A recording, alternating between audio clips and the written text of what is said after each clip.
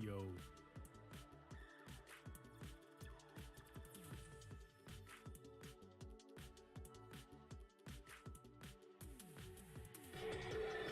All right, we're up and running.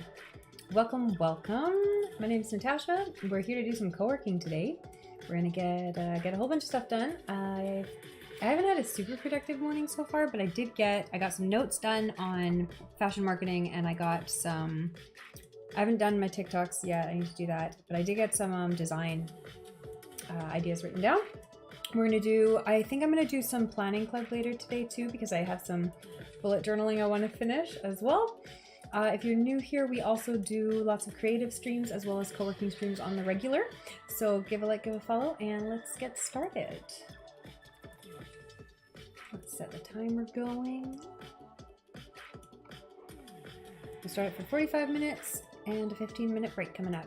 I don't know what my hair is doing today. I washed it today, but I don't like the way it's drying. Like the front pieces keep trying to go all stringy and weird, and I'm like, why? You're freshly washed. Like, listen to me. Usually when it's like clean, it goes where it wouldn't set on the proper sides it's supposed to set on, and I'm like, why not? Why won't you do that? Like, if you're a wet hair, shouldn't you just go where I tell you? Wouldn't that be nice? But yeah, I've been doing a bunch of just research on kind of what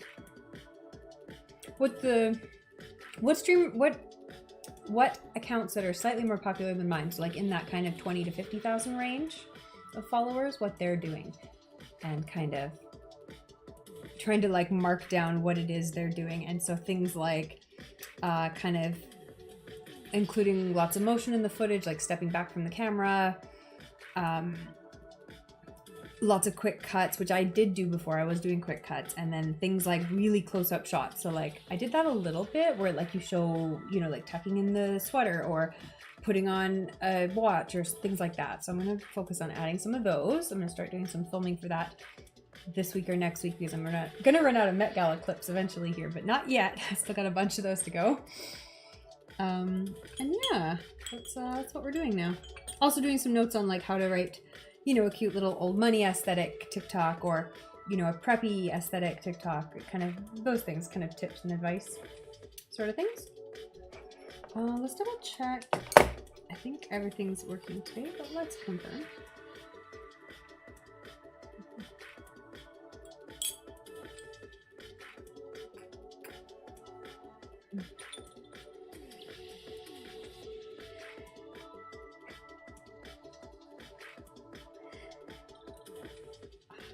I also made some really great pesto cheese toast.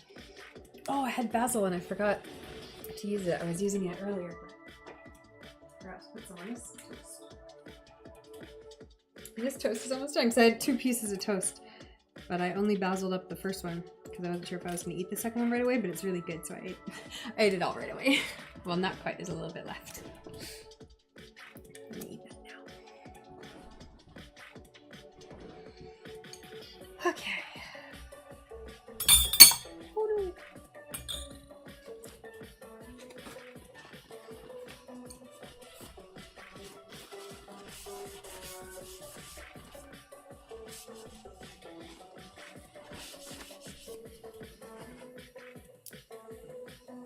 Try not to damage everything. I always have to remember to move a little bit slower than I want to. I always want to move too fast for everything.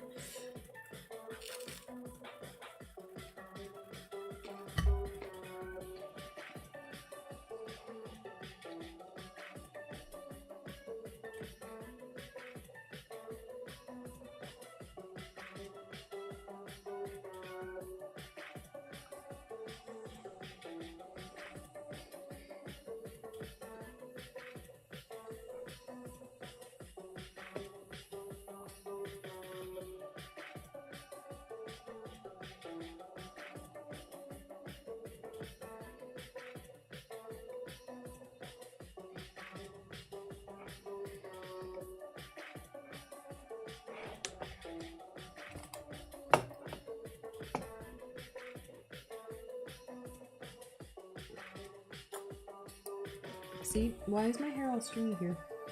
I just washed it, it's clean. Shouldn't be doing that. Not happy with the climate here.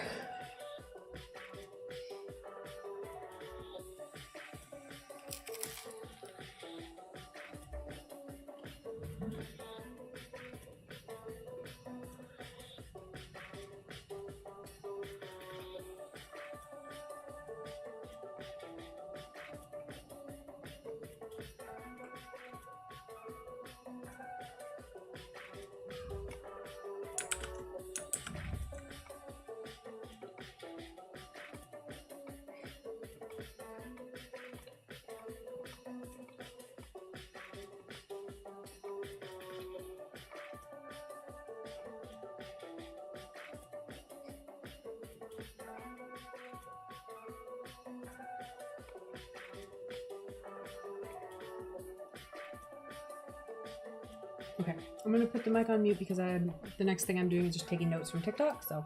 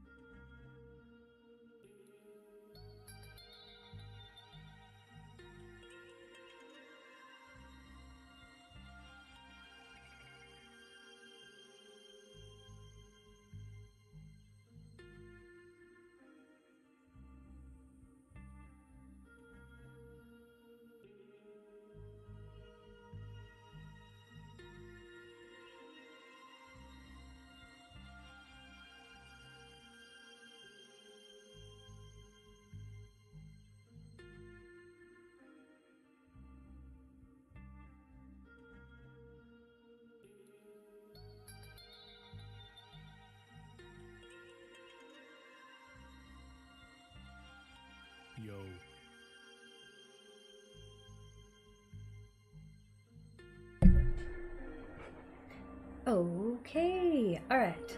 Who got some work done? I got a little bit done. Not a lot, a little bit. I'll put it on a break timer here.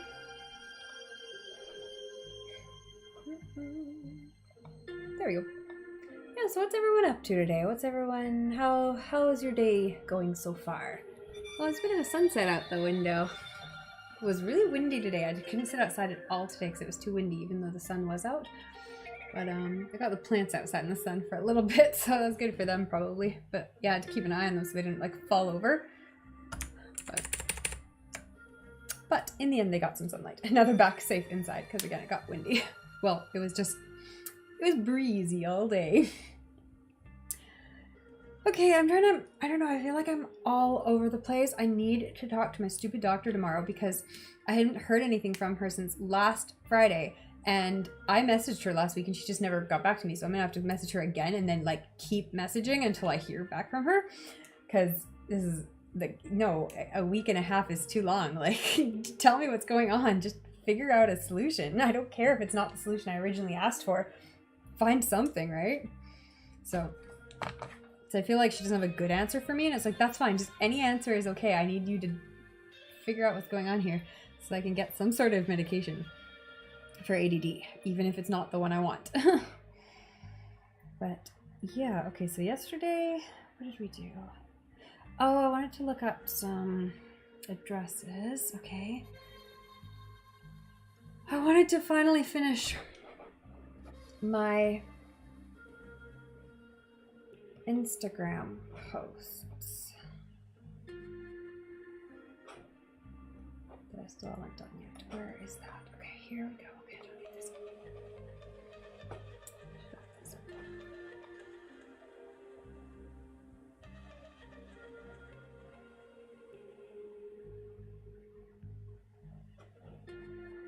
I like the camera is slightly tilted, just slightly. Can I fix it? Maybe that's better, maybe that's not. Guess we'll find out. Or we won't.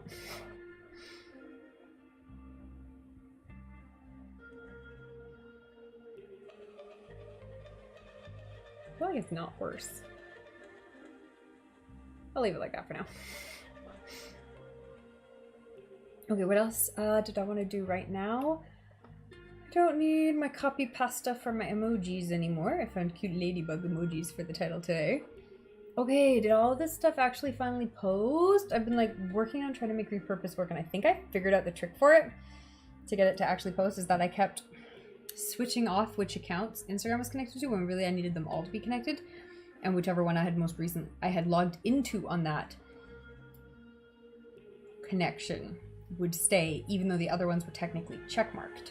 So it's a very confusing system, and I blame Facebook for that. So I'm sure they get that problem a lot. But it looks like that's actually working. Okay, good.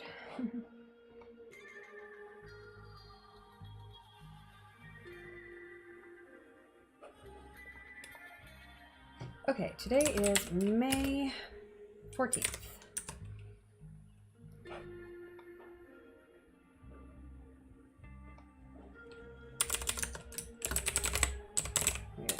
Coworking and maybe planning later. Okay.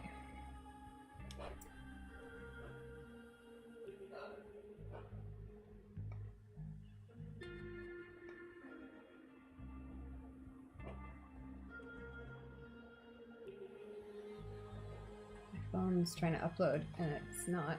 It's kind of stuck at like 70%, and I'm like, been there for a while. You okay there, bud? I don't know if it's okay or not. Where did Perplexity and ChatGPT go? There they are. Oh, someone said a good prompt was, how can I create and implement an effective content marketing strategy to attract new clients?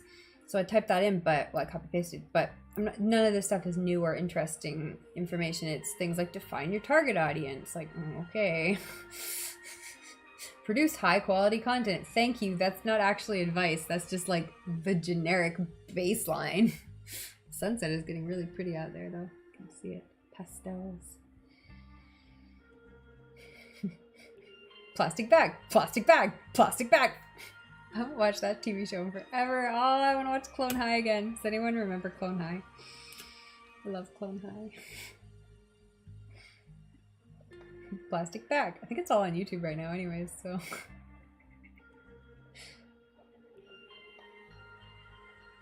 Did you see the pool? They flipped the bitch.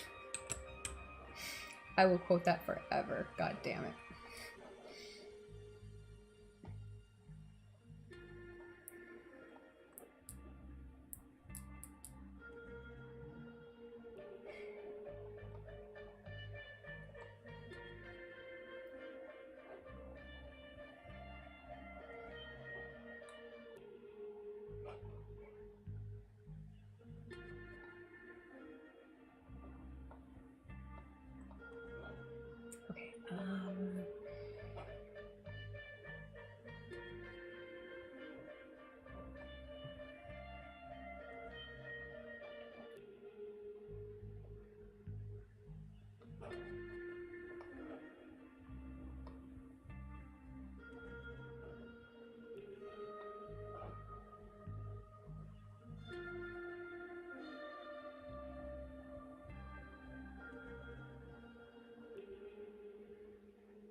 I did get a bunch of Upwork proposals sent in this morning, so I keep forgetting that I actually did import. I did the work that I don't want to do right when I got up because I knew I'd been putting it off. And so I'm like, well, I'll just do it right away. And I'm normally not that kind of person because it doesn't work, or at least it doesn't work long term. But I knew this is one of those things that I just had to do right when I was fresh in the morning, or I wouldn't do it again. So that was good. It was good that it worked. I gotta do it again tomorrow. So the problem is I burned myself out doing that, and then it's not sustainable.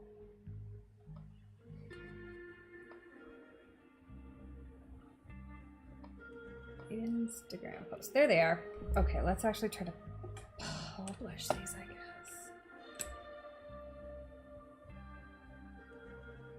Can I do that through Repurpose? Can I just like publish straight from Repurpose?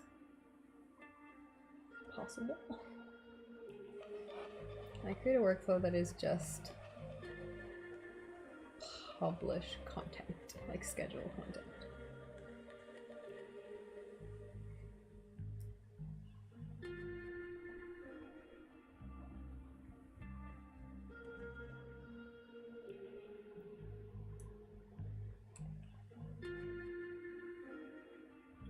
Use later for this.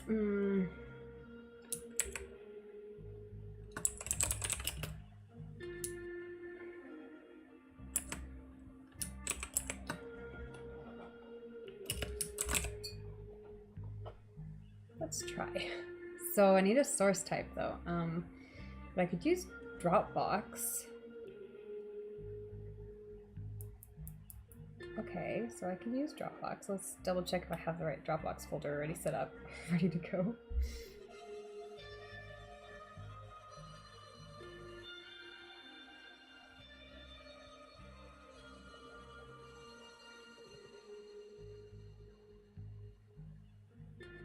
I do not, but I could. Alright. Why is this still broken? Please continue working. Okay. Or don't, whatever. What am I doing? Dropbox. Oh, photographs first, okay.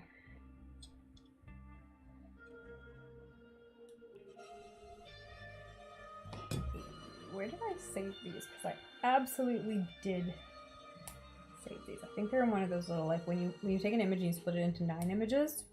You know, those little apps you can get. I think that's what I did, and so it should be in its own little folder somewhere because it should automatically generate it. Usually they do that. Usually. I don't like when I I'm trying to not do that. Usually. Here we go. Okay, which one of these is correct? That one has no photos in it. Let's delete it.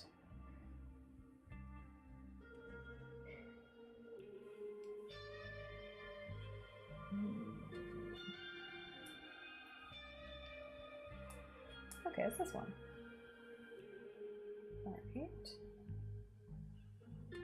Now, can I upload you to Dropbox, or do I have to go to Dropbox first? Save to Dropbox.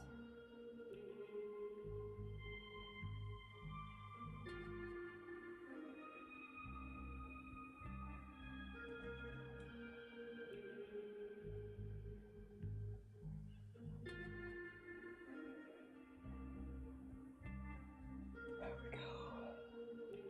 Great folder. Instagram. Great. Choose. Cool.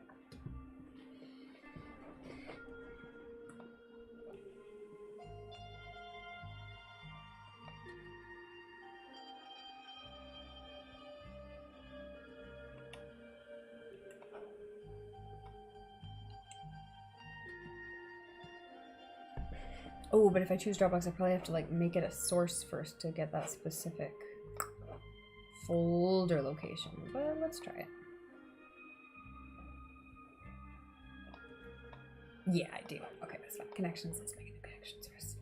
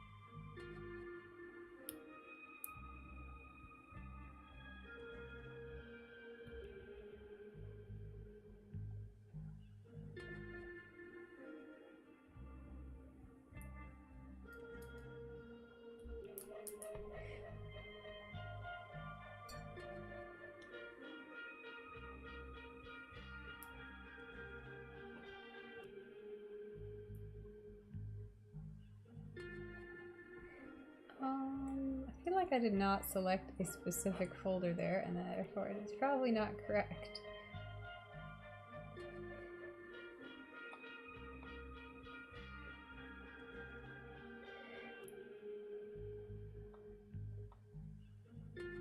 Yeah, this is glitching out on me for some reason. There we go. Reconnect.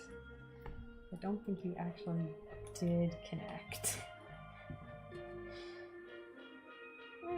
It's just connected to Dropbox in general, which is weird. And I feel like not accurate.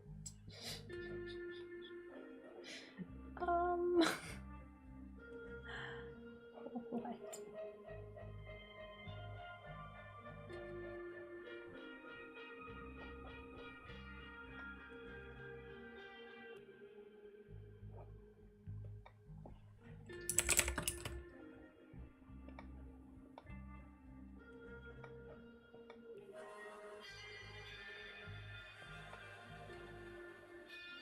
Oh, I can't do it anyways because it only wants to work with video files or audio files, but not image files.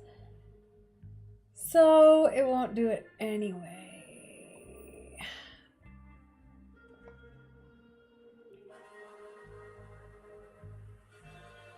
I'm gonna try it and see what happens.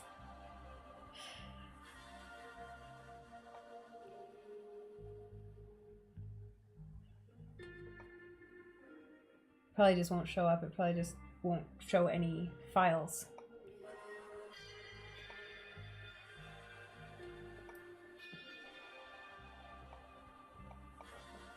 Yeah, it just won't let me choose that folder because there's no video files in it. Okay. Oh god, I've got to use later or something, or I've got to manually publish this garbage. Ugh. Instagram, why must you be such a tool? I mean, in the derogatory way, not the good way. Not the useful way.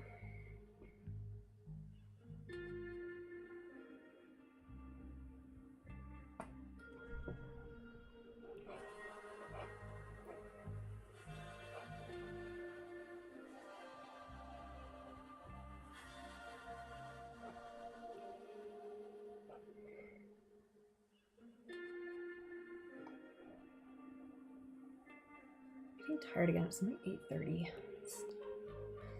And I just had a coffee, so I don't even know. Yo.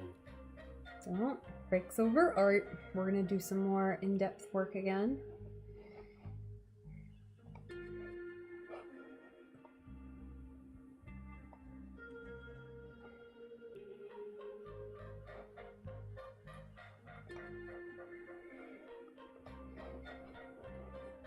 All right. Timer 45.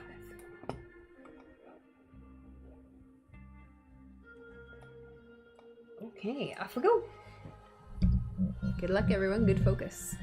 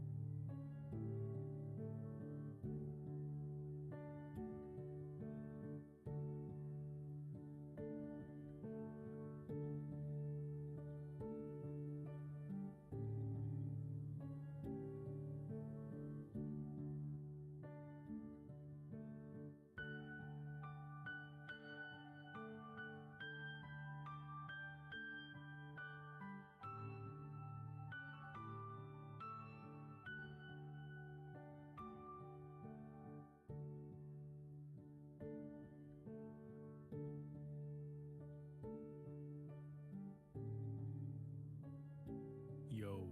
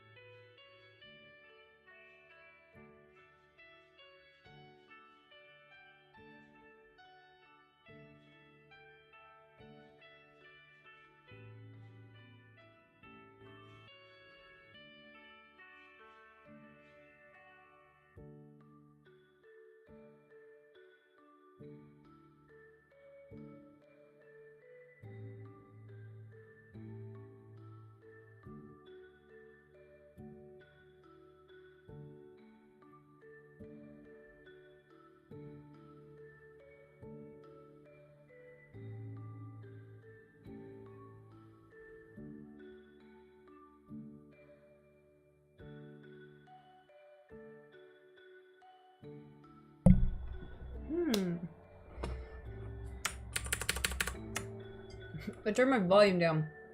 So I thought I had a phone call, but then I didn't. I forgot to turn the volume up, so I didn't hear the timer go off.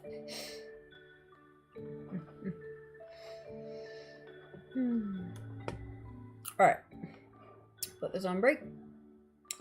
So I think I'm really exhausted today because I did do a lot of mental work earlier in the day. And I feel like I should have more energy, but I do not. So I just gotta kind of deal with what I got, which is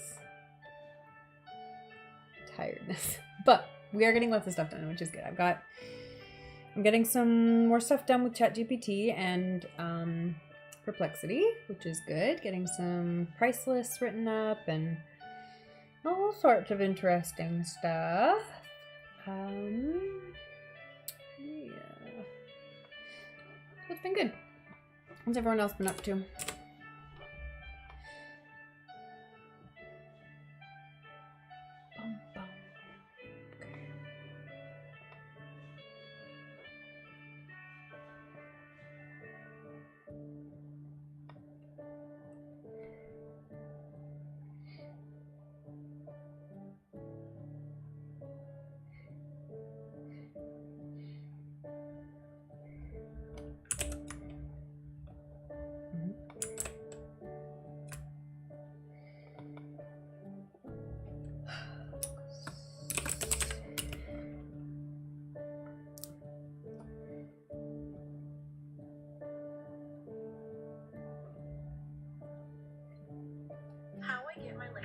Oh, gosh.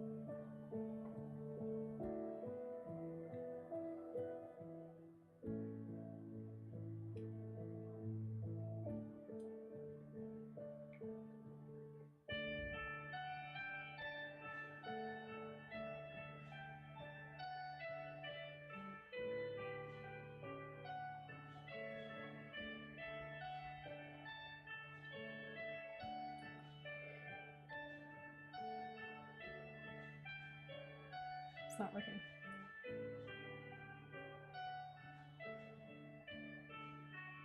Oh, that's frustrating. Stop doing that. Can I set this for like 1 hour and it keeps setting it for either 45 minutes or like 2 hours? Like, nope. There's a time in the middle of that, actually.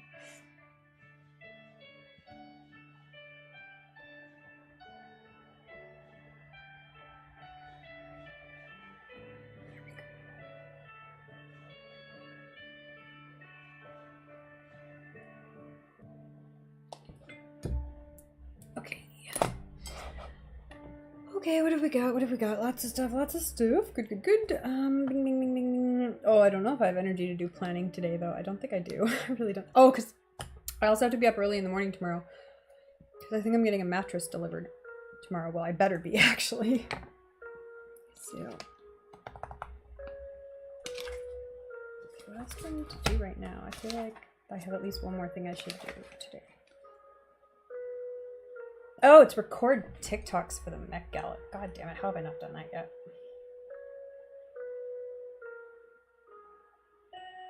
Okay.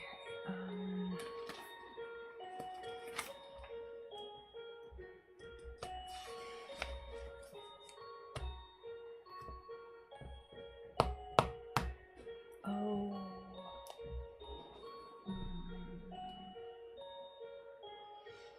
Okay, I also have to write down. I had some ideas for writing. And we'll probably be doing writing club tomorrow. In fact, we should be doing writing club tomorrow. That's not a... That should just be what we do.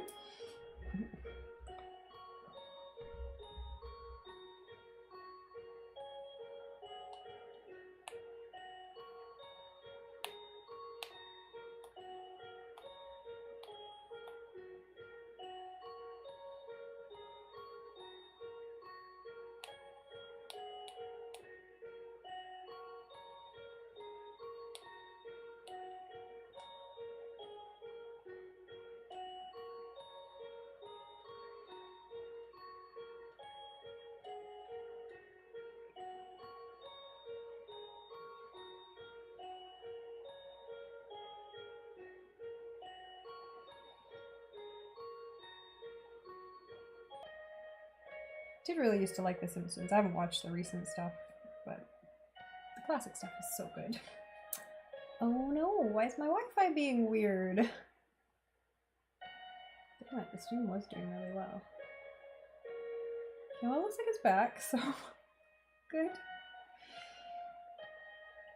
I also had a dream where I was Batman, and I showed up to pick up Catwoman.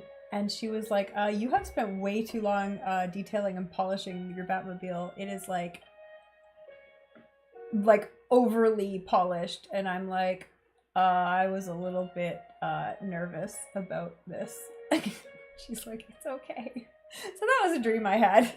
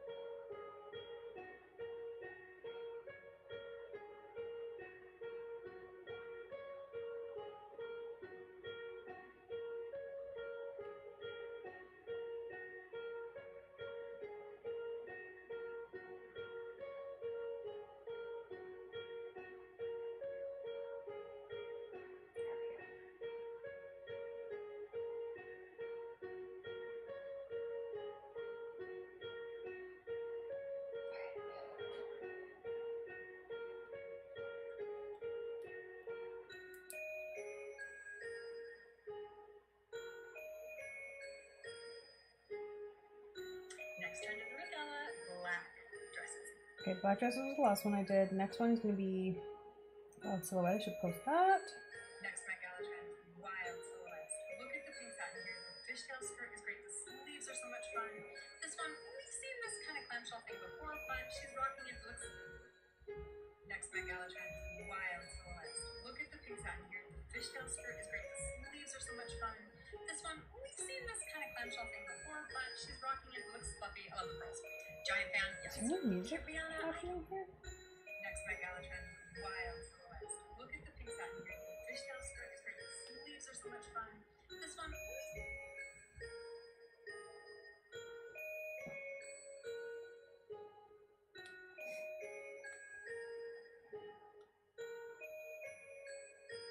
Next Met Gala. There it is. Okay, that's too much volume. I don't need it then. Sleeves are so much fun. This one, we've seen this kind of clamshell thing before, but she's rocking it. Looks fluffy. I love the pearls. Giant fan. Yes. Okay, Rihanna, I don't. Next Met Gala trend, wild silhouettes. Look at the pink satin here. The fishtail skirt is great. Okay, that should be fine. Post. I'm hosting a casual dinner at home with work friends. What should I wear? So I recently saw a video of a very special little girl receiving a package, and her reaction just like stopped me in my tracks.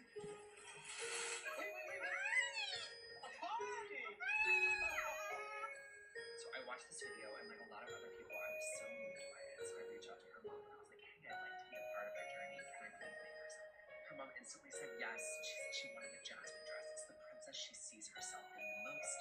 She can never find a costume because it's always two pieces, and she has very special body measurements, and so things don't fit her correctly. And so every time she opens a package, she's like just a little let down that it's not jasmine. And I knew I could make her the jasmine dress of her dreams. I went through every detail and tried to get it as close as I could to the original jasmine sketch. Then I packed it up and shipped it off to her for her Make-A-Wish trip to Disney, and her reaction truly left me in tears. I'm so thankful to be able to get to do this. Rima, your video inspired me so much. I thought I thought a beautiful princess like you deserved the princess dress of her dreams. Hugs and kisses, Gunner. Okay, ready?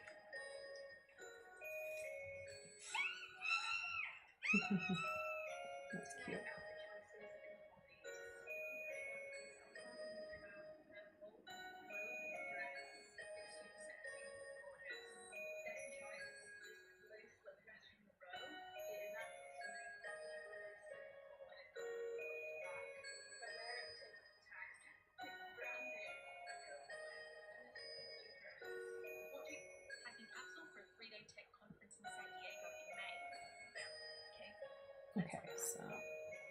Okay, so let's record some here. Oh wait, let's.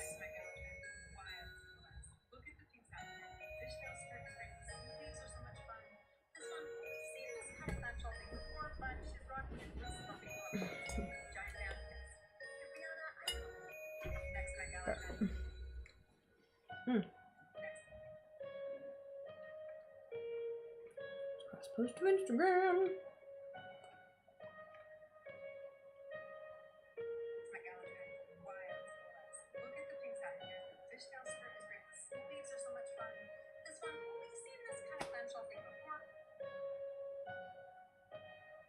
Okay, I'm good.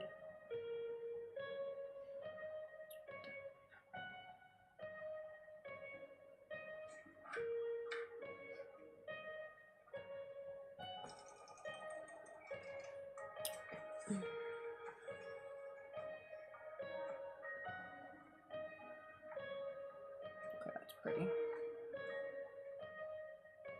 Do some actual watching of things so that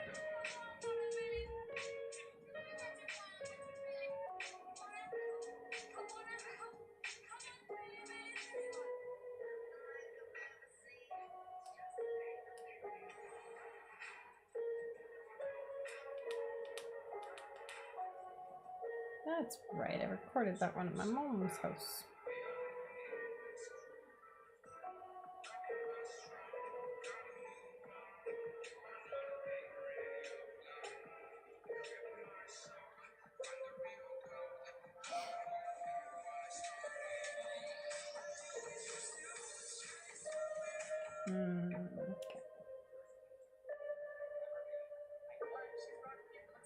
Okay, I need to record.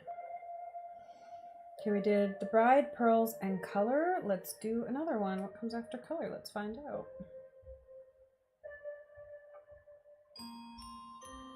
Oh, my mother's calling. All right, I'm gonna put it on mute and break, and I'll be back.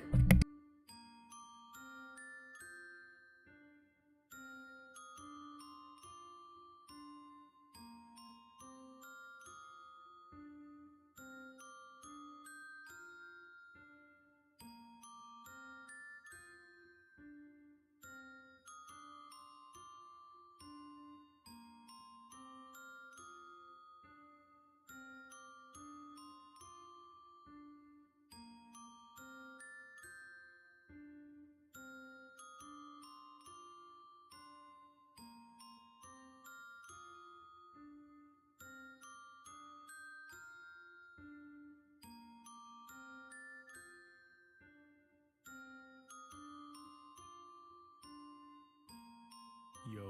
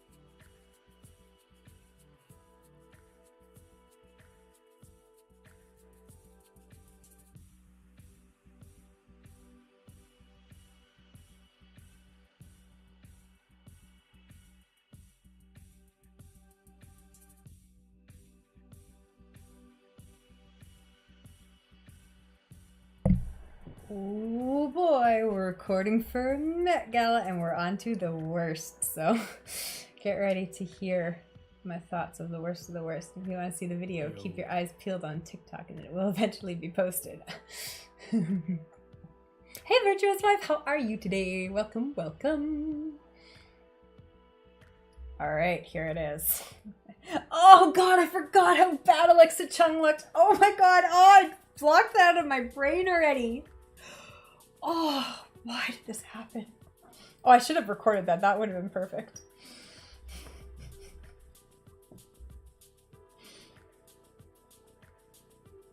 That one also looks terrible. She looks like a crumpled Hershey's Kiss wrapper.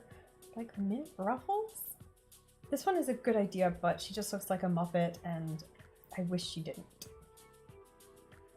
This one, I wanted to like it first, but I just don't. I think the arm cuffs are killing it for me and I don't get it. Like, why is there a violin? I'm not here for it. The black version that was worn, I actually liked better.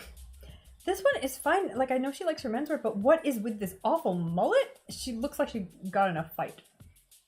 Oh, this also was from the after party, but it was bad enough that it got the Met Gala, the worst of the worst. Prepare yourself. Oh god, I forgot how awful this is. Oh my god, Alexa Chung. I forgot how bad this was. I had blocked this from my mind. She looks like she's wearing like toilet paper and like baby doll bows from the dollar store. Like, what? And like ruched lace? This looks like someone's grandmother's bathroom. This one just looks like a crumpled Hershey's Kiss wrapper with like mint ruffles. Why are there mint ruffles? Why does it look like garbage? Literally. This one, I really thought this could be cute, but she looks like a Muppet. Like, it doesn't, there's no shape. There's not enough form to it. This one, I thought I liked this one at first, but it got worse for me the longer I looked at it. I don't like the arm cuffs. Why is there a violin? I feel like it could be so much better. I actually like the black version of this that someone else wore much better. This one is fine. Like, she likes her menswear, but her hair, that mullet is god-awful. Who let her out of the house in a fight with a weed whacker? This one was from the after party, but it was so bad it made this list because she looks like a fence. The Met Gala, the worst of the worst. Prepare yourself. Oh god, I forgot how awful this is. Oh my god, Alexa Chung. I forgot how bad this is. I had blocked this from my mind. She looks like she's wearing like toilet paper and like baby doll bows from the dollar store. Like, what? And like ruched lace? This looks like someone's grandmother's bathroom. This one just looks like a crumpled Hershey's Kiss wrapper with like mint ruffles. Why are there mint ruffles? Why does it look like garbage? Literally. This one, I really thought this could be cute, but she looks like a Muppet. Like, it doesn't, there's no shape, there's not enough form to it. This one, I thought I liked this one at first, but it got worse for me the longer I looked at it. I don't like the arm cuffs. Why is there a violin? I feel like it could be so much better. I actually like the black version of this that someone else wore much better. This one is fine, like, she likes her menswear, but her hair, that mullet is god-awful. Who let her out of the house in a fight with a weed whacker? This one was from the after party, but it was so bad it made this list because she looks like a fence. The Met Gala, the worst of the worst.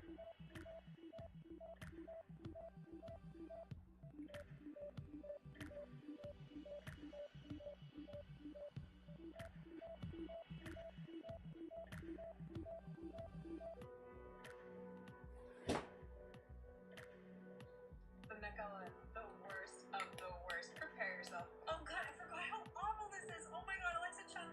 I forgot how bad this is. I had blocked this from my mind. She looks like she's wearing like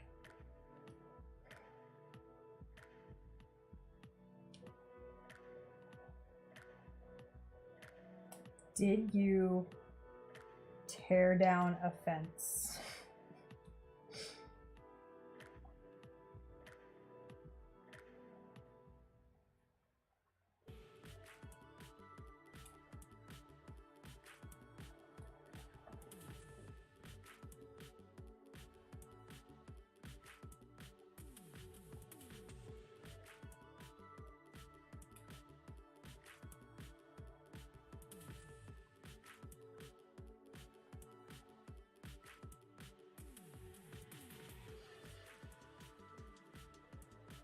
Construction fence.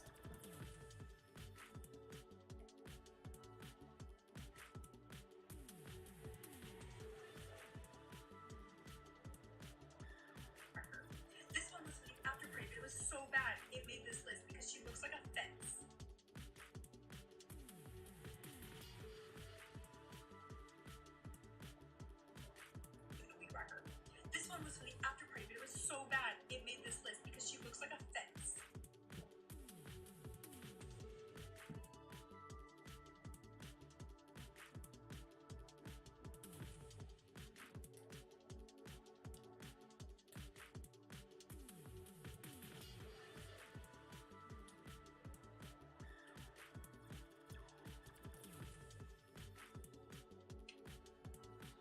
The Met Gala, the worst. The Met Gala.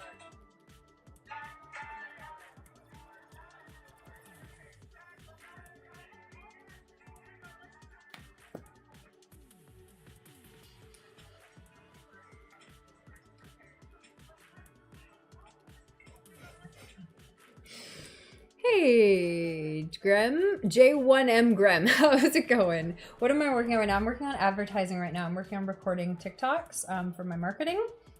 What about you? What are you working on?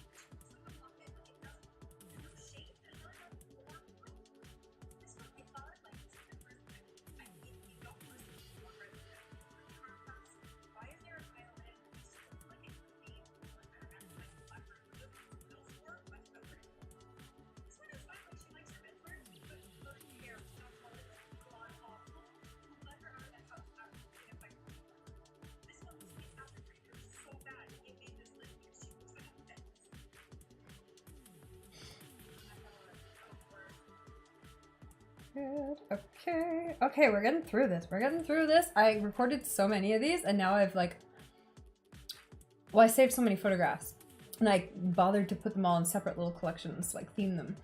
And now I've recorded most of the voiceovers and I've got the captions for most of them. We're almost done. We're getting through this. I've only got a couple more. Actually, I don't even know if I have a couple more. I feel like I have hair and makeup and that might be it. Maybe one or two more. After party. And one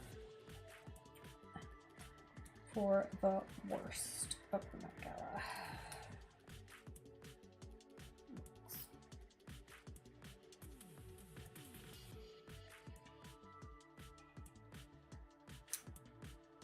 But yeah, we've been doing a little bit of marketing for most of the day. We've been doing some planning and lots of social media marketing for today.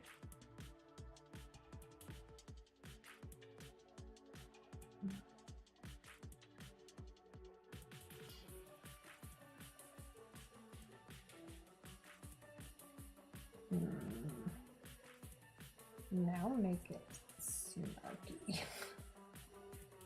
That's way too polite. It's like, but always remember that you can decide for yourself what one person may hate, another may love. Oh, you bitch! Perplexity's like, oh, we can't override safety measures to prevent harm to users. I asked for snarky, not like fucking mean. I could have asked for mean. Anyways, there's tricks to get around that. Okay, make it funny instead.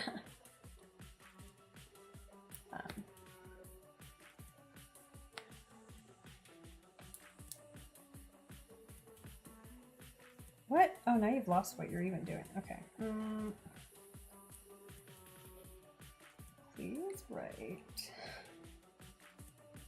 TikTok caption for the worst looks at the Met Gala and make it funny.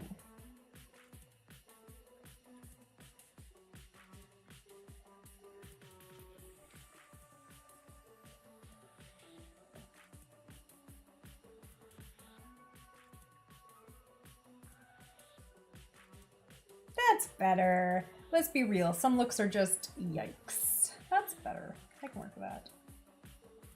This is so snarky. This is all I wanted from snarky. Listen to this caption that AI generated for me. The Met Gala is always a fashion spectacle, but let's be real. Some looks are just yikes. Check out this compilation of the best and worst dressed from the Met Gala. So I'll have to change that because it's just the worst.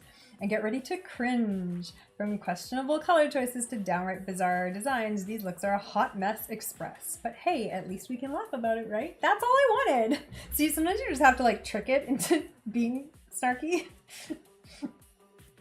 But there's also ways you can manually like get AI to override its like safety concerns. You tell it to like act as a bot that doesn't have concerns, basically. Compilation of the worst dressed. This is also the 2023 Met Gala, not the 2022 Met Gala. Let me TikTok in there. Questionable choices. Perfect.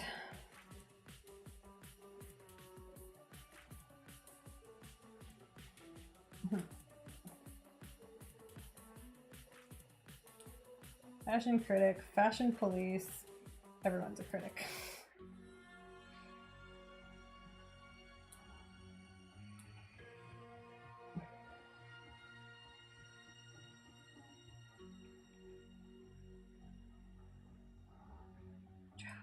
All right, how many more of these do I have to record? Oh, I don't know how I got myself into this. I do now.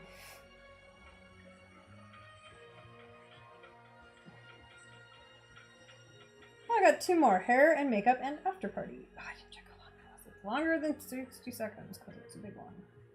Yeah. Alright. Hair and makeup was good at the Met Gala. It was better at the Oscars, but it was good at the Met Gala. I am doing TikToks. I'm finally getting back into doing TikToks more consistently and reliably again because I gave up on them for so long. But I'm trying again. So go follow all my fashion TikToks, of which there are at least 2 of them. They are linked in my link tree. But all the Met Gala ones are being posted to the Style one, which is now called Graphite Collection. I don't know. I think I've changed all the links on my link tree.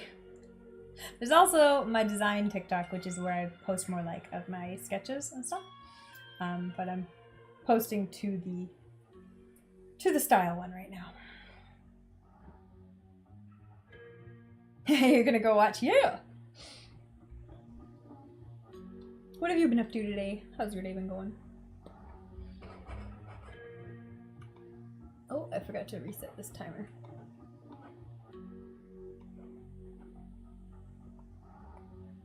There you go. Okay. Micro bangs were big.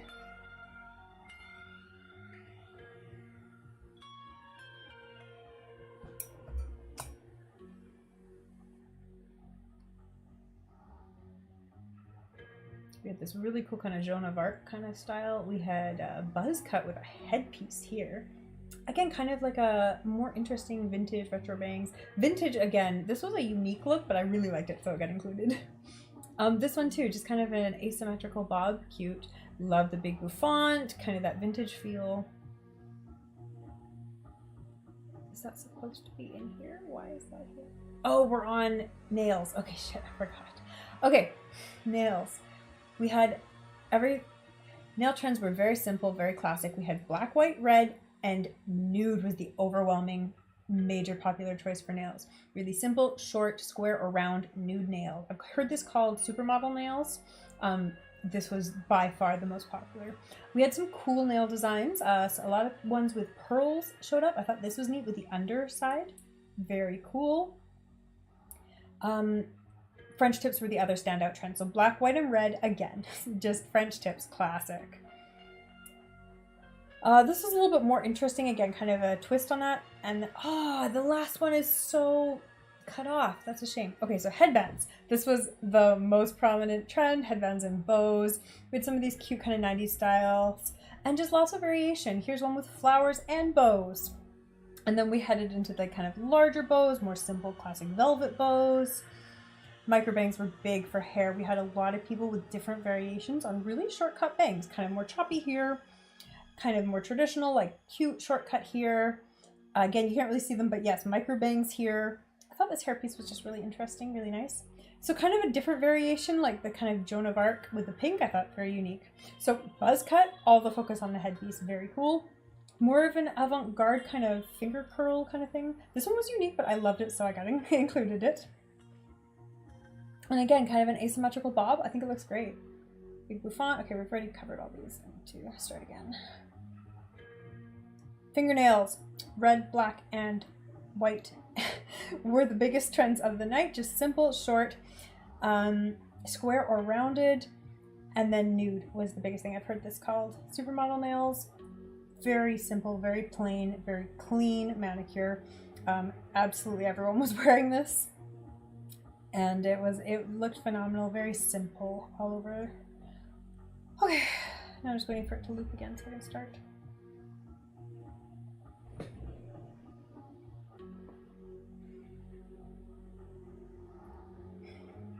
French tips.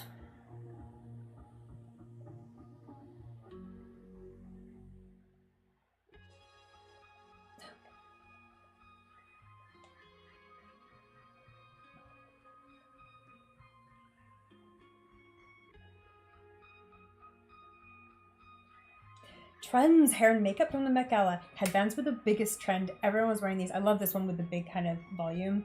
This one more 90s style. We also had a bunch of different variations on headbands. So like more thinner, just all sorts of different types. This one is flowers with a bow.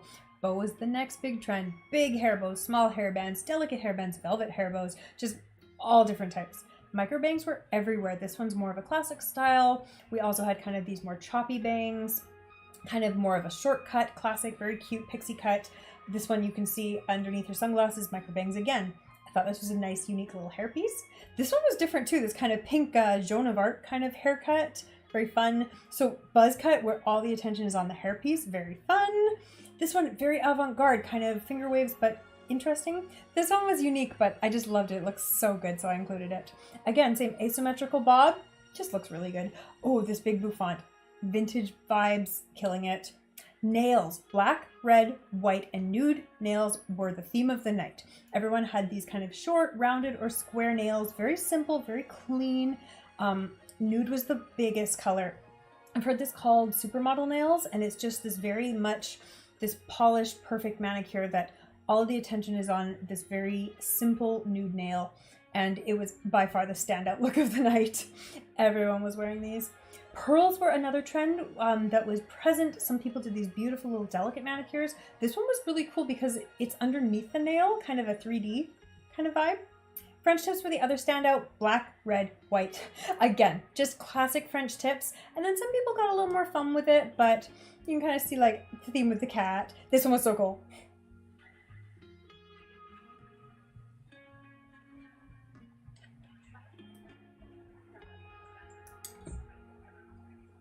I thought that cut off way sooner, and then it just like paused for like 5 seconds at the end there, which is not really what I want. Let me see how long that pauses at the end, because I could have kept talking. Yeah, I just like stopped talking there. God damn it. Okay.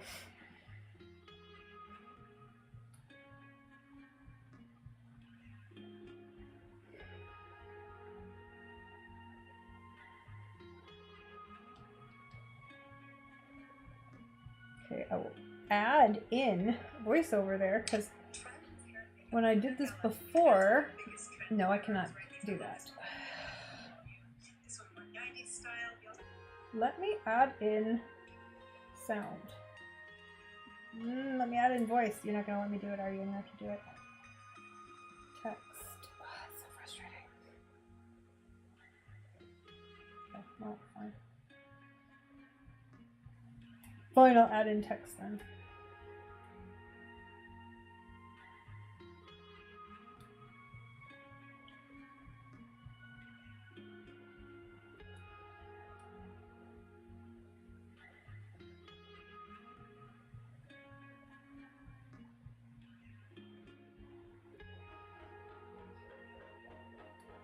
Jewelry chains. Ah, jewelry. There we go. Jewelry chains. So much fun.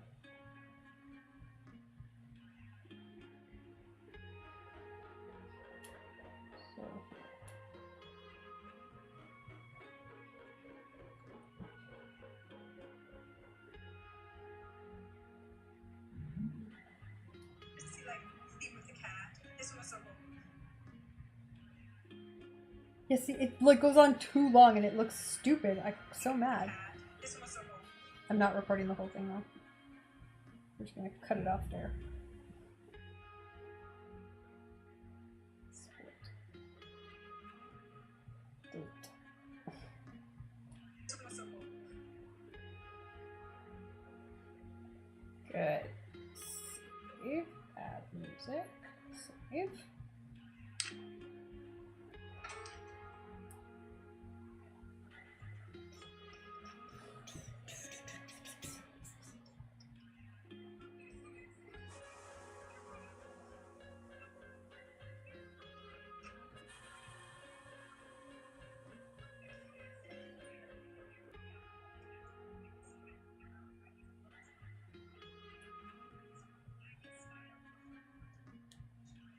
Like more thinner, all sorts of different types. This one is flowers with a bow. Bow is the next big trend. Big hair bows, small hair bands, delicate hair bands, velvet hair bows, just all different types. Micro bangs were everywhere. This one's more classic style. We also had these choppy bangs, kind of more of a shortcut, classic, very cute pixie cut. This one you can see sunglasses with bangs again. That was just a nice hairpiece. This one was different too. This kind of big Joan of Arc kind of haircut. Very fun. So buzz cut with all these pictures off the hairpiece. Very fun. This one very avant-garde, kind of finger waves, but interesting. This one was unique, but I just loved it. It was so good. So again, same asymmetrical bob. Just love it. Just make it fun. Vintage vibes. Brilliant. Nails. Black, red, white, and nude nails were the theme of the night. Everyone had these kind of short, rounded, or square nails. Very simple, very clean. It was the biggest color. I've heard this called supermodel nails, and it's just this very much this polished, perfect manicure that all the attention was on. This very simple nail, and it was by far the standout look of the night. Everyone was wearing these. Curls were another trend that was present. So these beautiful, delicate manicures. This one was really cool because it's underneath the nail, kind of a creepy in the vibe. French tips were the other standout. Black, red, white. Again, just classic French tips. And then some people had a little more fun with it, but you kind of see like the theme with the cat. This one was so cool. Okay, good. Alright, I think I have one more to do. After party, that's it. That's the last one I have to record. Oh my goodness. I'll keep posting them. TikTok. Caption for hair and beauty. Hair and nail trends of the next gala. Go.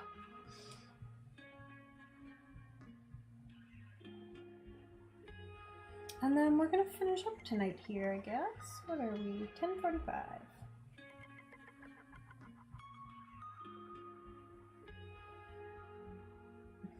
This caption is so wrong, but I can edit it and it's fine. It also didn't give me any emojis that time. It's been really good with giving me emojis without having to ask for them. Oh well. Okay. So it wasn't bold and bright nail colors, it was clean and simple nail colors. Clean and classic. To hair bows and micro bangs.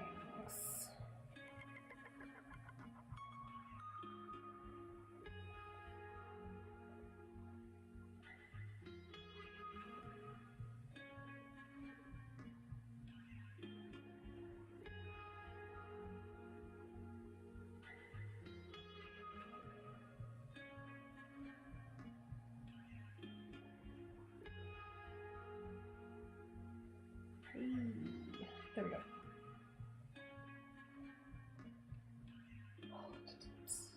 Okay, Met Gala 2023. Met Gala nails. Met Gala nail trends. Met Gala hair. Met Gala hair trends.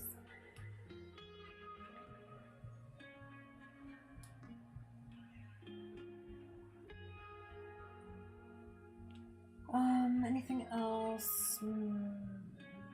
Headbands. Hair bows. It's probably way too many hashtags now. I'm so used to like putting like 30 hashtags on everything, and now it's like you're not supposed to do that anymore. And I'm like, what? I'm so used to coming up with so many hashtags. My brain just does it now.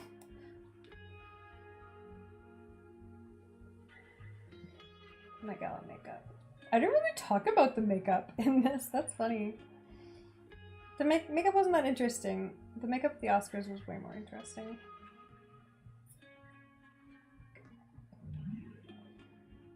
Whoa.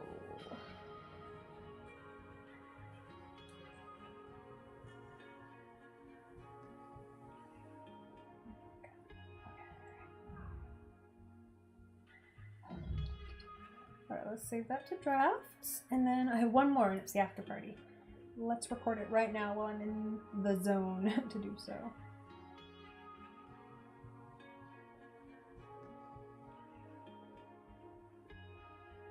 Alright, one more.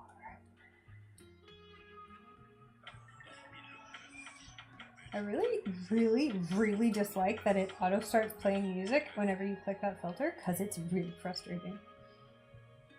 Alright, after party looks.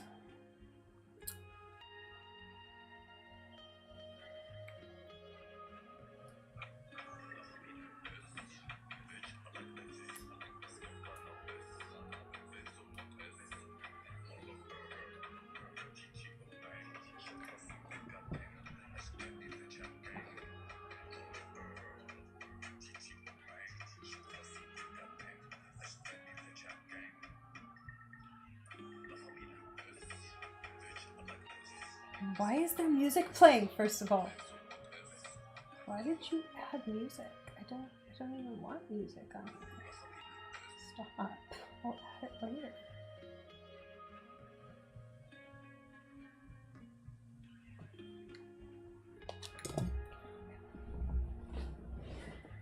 Oh, I missed it. Darn it. I really hate that TikTok like scrolls the video in the background before you click record. I wish it would just pause.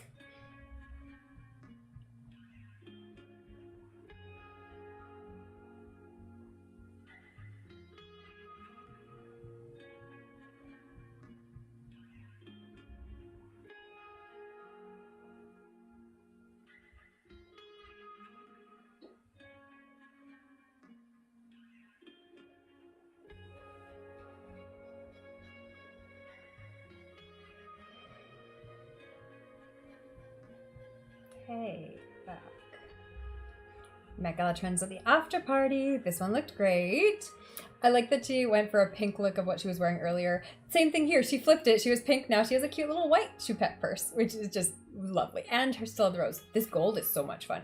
Derica's looking great, kind of 70s vibes, killing it. This cape with the purple lining. She's got the great shoes on. She's got the suiting effect. So good. Again, a twist on what she was wearing earlier with the white hair for Karl. It looks great. Twist on before. A kind of a more casual look of what she had on earlier in the day. This looked great. I love that purse. That looks so much fun. I adore these yellow kind of two-piece looks. We've seen a couple of these lately. So good.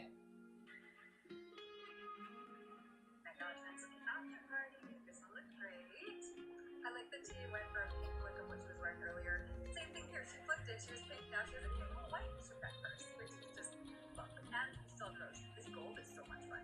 Derica's looking great, kind of 70s vibes, killing it. This cape with the purple lining, she's got great shoes on, she's got the suiting effect, so good. Again, a twist on what she was wearing earlier with the white hair for Karl. It looks great. Twist on before. A kind of a more casual look of what she had on earlier in the day. This looked great. I love that purse. That looks so much fun. I adore these yellow kind of two-piece looks. We've seen a couple of these lately. So good. Okay, and I'll just cut it off there because I don't really know what I was doing at the end. I like scrolled the picture, but there are no more pictures, and I didn't cut the video properly. Split.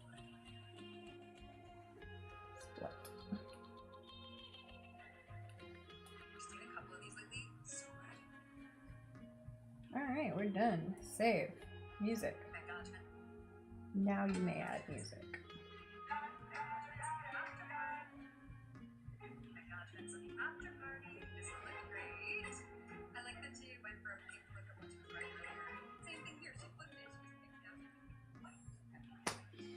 Could something load? Hey, Sparkle Dream, how are you? Oh, thank you. You're sweet. I'm doing all right today. What are you up to today? How's your day going? We are just doing some recording for marketing for TikTok.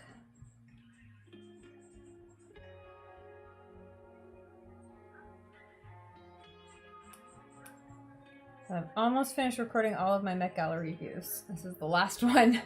Thank goodness. You're writing your internship review. What was the internship? Have you already done it?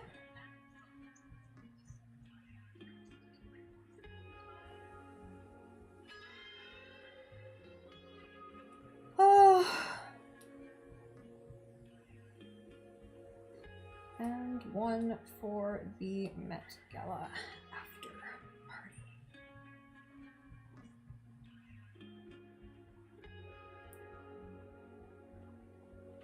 Due date is tomorrow. Guess who procrastinated? Hey, you're in the right place. This channel is Procrastination Central. So welcome.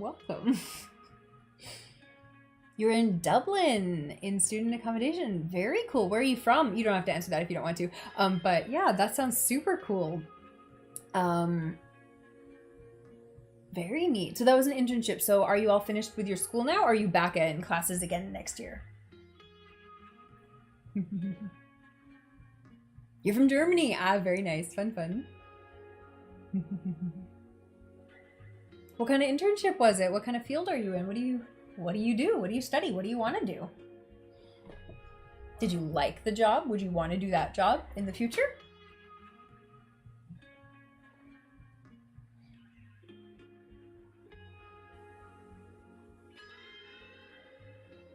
Oh, this one got a little AI on me.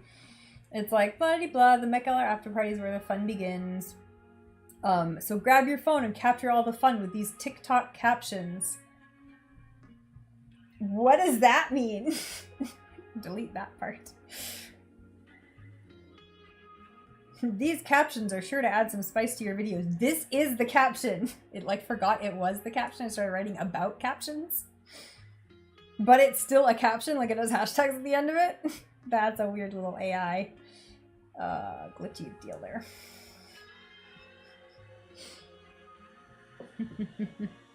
You're back in classes right now and you have an exam in a week. Woo! You don't think you want to do that. You didn't like it. But you have no idea what you want to do. You're going to graduate in 2024, but you're not sure if you want to go to uni or get a job.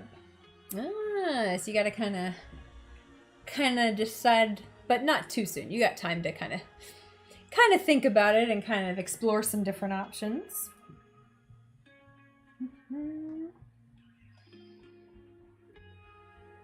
Yeah, it's funny how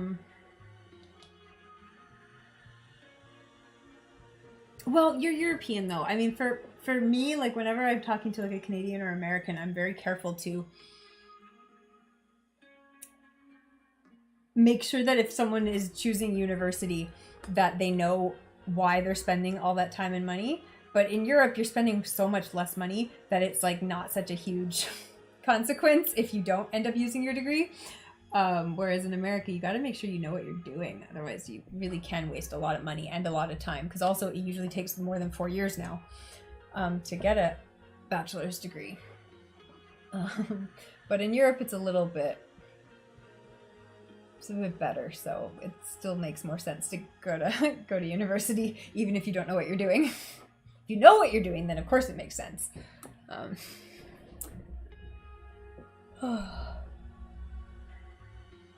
Yeah, you actually don't have to spend any money at all. Yeah. Oh, everyone's rushing you, the pressure. Oh no, don't worry. You don't even graduate for another year. You got some time to kind of think about it. I mean, at least now, if you did an internship and you didn't like it, I mean, and you're still in high school, that's great. It means you already know one thing you don't want to do. Like, that's actually a huge step forward. For a lot of people, that's completely, everything's up in the air. Hey, Talos Wind, how you doing?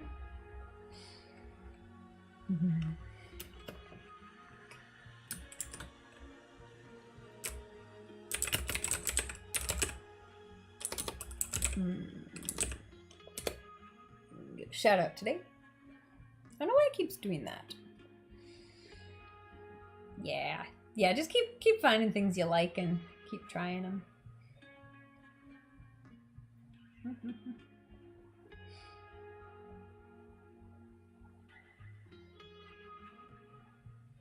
I know for me, like, I went to university for science, and I don't regret it, but like if I went back, I would not go for science again. If I did it again, I wouldn't go back. If I did it again from the beginning, I wouldn't do science. I would have done like commerce or I don't know, something like that. I don't know. But it worked out, and like I've been working in the science field for a couple years now, but as an editor, right? So like I didn't necessarily need the science degree for that. I could have done it with an English degree, but the science degree is helpful. And so it's like this weird line. And then I don't want to be in this field anymore anyways. So I'm trying to get into business now and like all that stuff. So it's like, I don't know. I just feel like the job I thought I would get with that degree is not the jobs that were available to me. And the jobs I wanted would have required so much more school. Like it would have required 2 more degrees minimum to get the job I actually wanted. And I hated the actual university, like the way university is run. I loved high school. I loved school my whole life until I got to university where they run it completely different. And they run it terribly if you're ADD because like there's no assignments. There's no one who cares if you even show up to class. And so like everything is on writing 1 midterm, maybe 2 midterms and a final exam. And if you're not managing your time properly, like you're completely screwed and it's a nightmare. And it was very stressful for me. But I got through it in the end. And yeah, I did not want to do any more of it. And that's what I would have needed to do to get the job that I wanted in science. So it's frustrating for me. You're bad in any STEM field, so that's not an option. I work as a science editor right now, so I edit for science publications, but I'm trying to move into more of like kind of more different clients, I guess. I'm trying to kind of move into more book editing, things like that. But yeah, I do a lot of academic editing right now. Thinking about studying English, but you know, what can you do with that?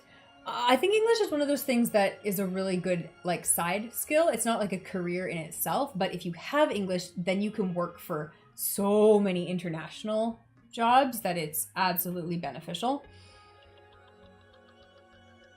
You're going to a business high school, but you can't do math. Again, math is like so not... If you're good at it and you like it, it can be really helpful. If you don't like it and you're not good at it, like there's so many ways to get around that nowadays that it's not that crucial. Yeah. Time management's hard, right?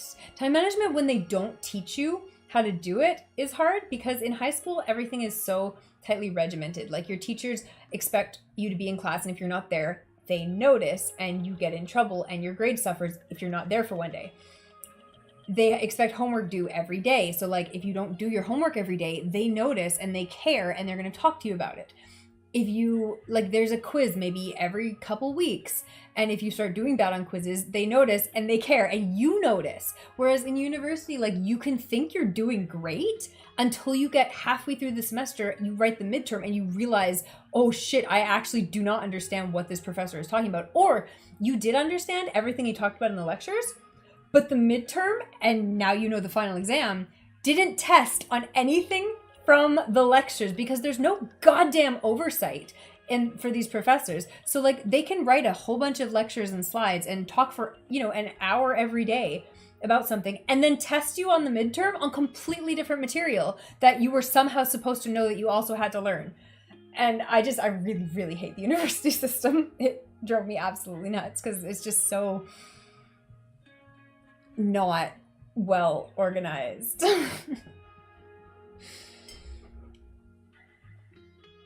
And yeah, I think the problem is that high school really doesn't teach you how to if you're really good at school in high school, it doesn't necessarily mean you're going to be really good at doing the things they want from you in university. And I don't know, I just feel like it was really frustrating. Yeah, like they pressure you to get things done on time, right? Whereas in university, if you don't get things done on time, that was the midterm, that was your final project, now you failed. Like, that's it, you're done. Like, do the course again. Yeah, and exactly. So if you're ADD, time pressure is one of the best ways to get something done. So like, yeah, you'll get it done for the deadline. Like you finished in that term paper, like you did it, you got it in. But that was the only project you had to do all semester. So you did it 2 nights before and like you didn't learn anything from it. And yeah, now you're a mess because you got the exam the next day.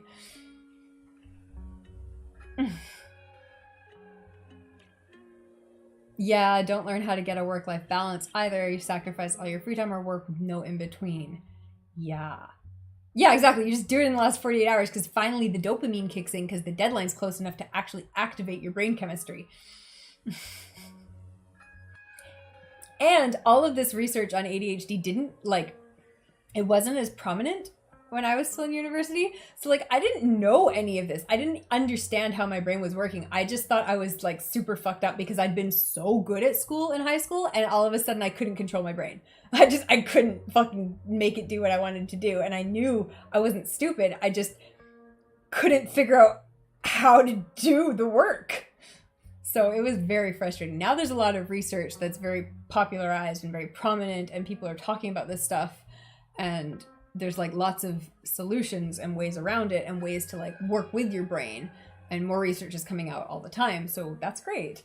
And like things like Twitch, Coworking, like body doubling, like that's new research that did not exist. I mean, I'm sure it did, but it wasn't popularized when I needed it. Like if Twitch Coworking had existed when I was in university, I would have done a lot fucking better in university.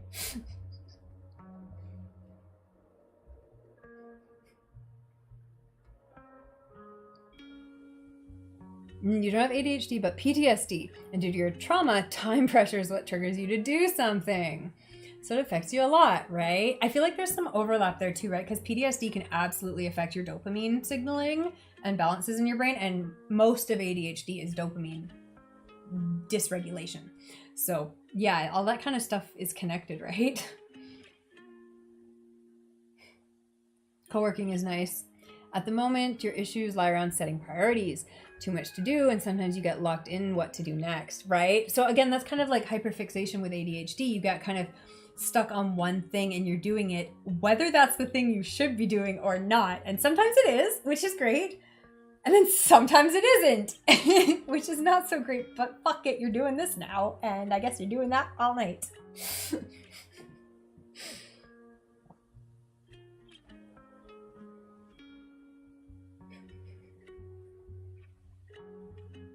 The only way you get things done, honestly, otherwise you're just fed up.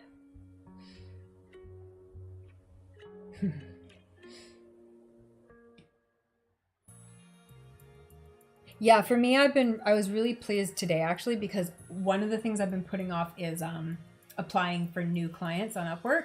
And that's because it's such a frustrating thing because you put all this effort into something and then you hear nothing back from most of it. And it's very like disheartening. And so I know it's one of those things I don't like doing. And I put it off for a couple of days in a row now. So today I'm like, okay, your only priority today is to do this one thing. And for me, I'm not one of those like eat the frog person, like where it's like, do the hardest, biggest thing first. Because usually that has diminishing returns for me. It'll work great for like one time, but if I keep trying to do that every day, I get burnt out and then I just stop. It doesn't work forever. So I have to be really careful with using that technique. But today I used it and it worked and I got some proposals sent off, some applications for clients. So that was important and I'm glad I prioritized that.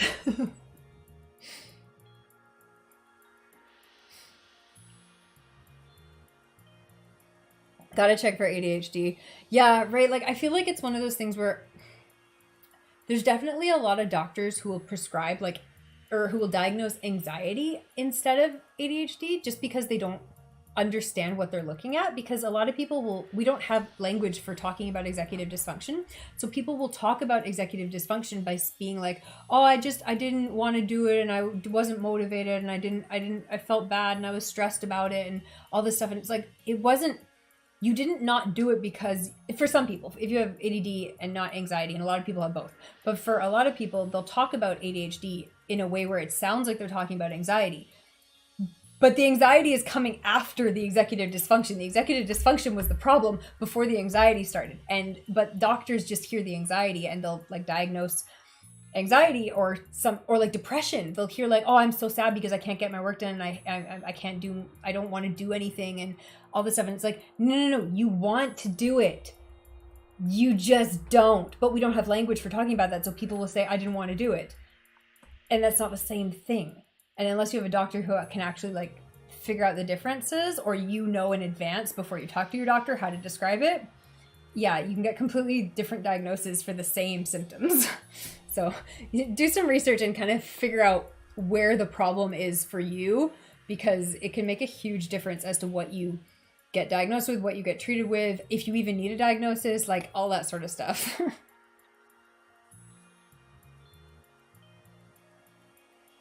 Do you seek approval? You do, and if you don't get it, you don't want to do anything. Oh my God, right? Yeah, you have to justify your work to those around you, and that is hard when your work is creative driven, right? Someone has to fix your damn brain. That's how I feel, and that someone is me. I'm just trying to fix my damn brain constantly. Being a dad, a partner, self-employed game designer, and a firefighter, 3 jobs take priority. But the one you love doing the most never seems to get the time. Right. I described you perfectly. It's scary. Yeah, the feeling like when you have to justify your work and feeling like you need that approval and feeling like, yeah, especially when you're dealing with like creative work and the work you really want to get to, and then all these other things seem to take priority because they have deadlines, and then yeah, trying to actually find time for that thing you want to do that always seems to get pushed off. Yeah, it can be really tough. The other biggest resource I found that's really helped me in my life is a book called The 4 Tendencies by Gretchen Rubin. I'll type it in the chat, because learning which tendency I fell into has helped me evaluate whether techniques and advice will help me or not before I tried it, because I've tried a lot of different advice in my life, and only some of it has worked, right? And now, but after I read this book, it instantly made sense as to why some of those techniques never had a shot with me. Like it's like, oh, well, obviously this would never have worked. Like for me, kind of social commitments do not work for me. They backfire. It's like if you have an accountability buddy, for a lot of people that's really helpful. Like, hey, if I don't go to the gym, like, we're gonna make sure each other does the thing we're trying to do. And like for me, it doesn't work at all. If someone's like, did you go to the gym today? And I'm like, screw you. You don't get to tell me what to do. I don't get to tell me what to do. No one gets to tell me what to do. So it backfires. But for a lot of people, that really helps. But now I would never try a technique like that again, because now I know why it doesn't work. Tendencies by Gretchen Rubin. There we go. Why is life so hard, right? I mean, one of the theories about why life is so hard right now is because this is a really weird time in history. Like, the things we're asking of our brains right now are completely different from what our brains were evolutionarily designed to do. Our brains were evolutionarily designed, like the reason ADD exists in our culture as a type of personality, as a type of brain chemistry, is because it's really functional if you live in a historical society. If you live in a society where you have to do all your work at a desk by yourself, self-motivated, and there's no time crunch, it sucks. But if you live in a society where, yeah, you have to go find food today because otherwise you don't eat and you die, yeah, ADD is great because you're going to go find food and you're going to be great at finding it because you have energy and you're excited because there's a deadline and there's a thing you need to do and you're going to do it right now. we just don't live in that society anymore, so... But there's a reason these personality types exist. And I think that's so important to remember too. Like, we're not broken. There's nothing wrong with us. It's just a personality type that is not necessarily advantageous for the current moment in human society. And thinking of yourself as just having to adapt to a society that was never predicted by our evolution is a different way of thinking about it. Yeah, accountability buddy is not an option. You do seek permission when you shouldn't.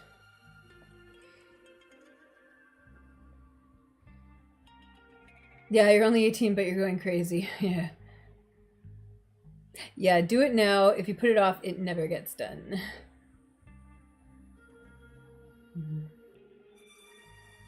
Yeah, see, the do it now thing kind of works for me and kind of doesn't. I definitely, again, it's one of those diminishing return things. If I just try to force myself to like do it now, that's how I got myself through university, and it sucked because it would stop working at a certain point, and then I would just sit at my desk and not do anything because I would have, taken away all the distractions. I would have set up only what I needed for work. And I'm like, well, I can't possibly get distracted now. There's nothing to be distracted by. I'm just going to do the thing. And then my brain would be like, fuck you. We're sitting here and we're staring at the wall for 6 hours. Good luck with that, bitch. I'd be like, why? So now I don't do that anymore because I figured out not to burn myself out on forcing. Do it now. So for some people that works, and for me it does not. Yeah, that's why you love the fire service, because the pager goes off, it's fight or fight, get it done now, yes, exactly. That's the other thing too, like when I work a day job where I have to show up in person or someone will fire me, I show up in person, I get the job done, like I'm great at it. I don't even need like any help for anything. Like my ADD doesn't come into play because there's a consequence, which Gretchen Rubin talks about in her books. Like if there's a consequence for not doing the thing, I will do the thing, but the consequence has to be real. I also can't use artificial consequences. Some people can like give themselves a fake deadline and a fake consequence. Doesn't work for me.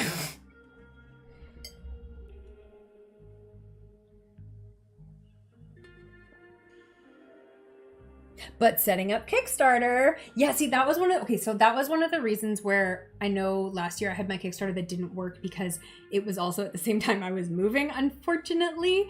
But it was one of those things for me where it was like, if I don't set it up for the deadline of October because that made sense timeline wise, like it'll never happen. It'll never happen. I need to give myself a deadline that has reality to me, because it did have reality to me. There was a reason for the timeline because my life was changing.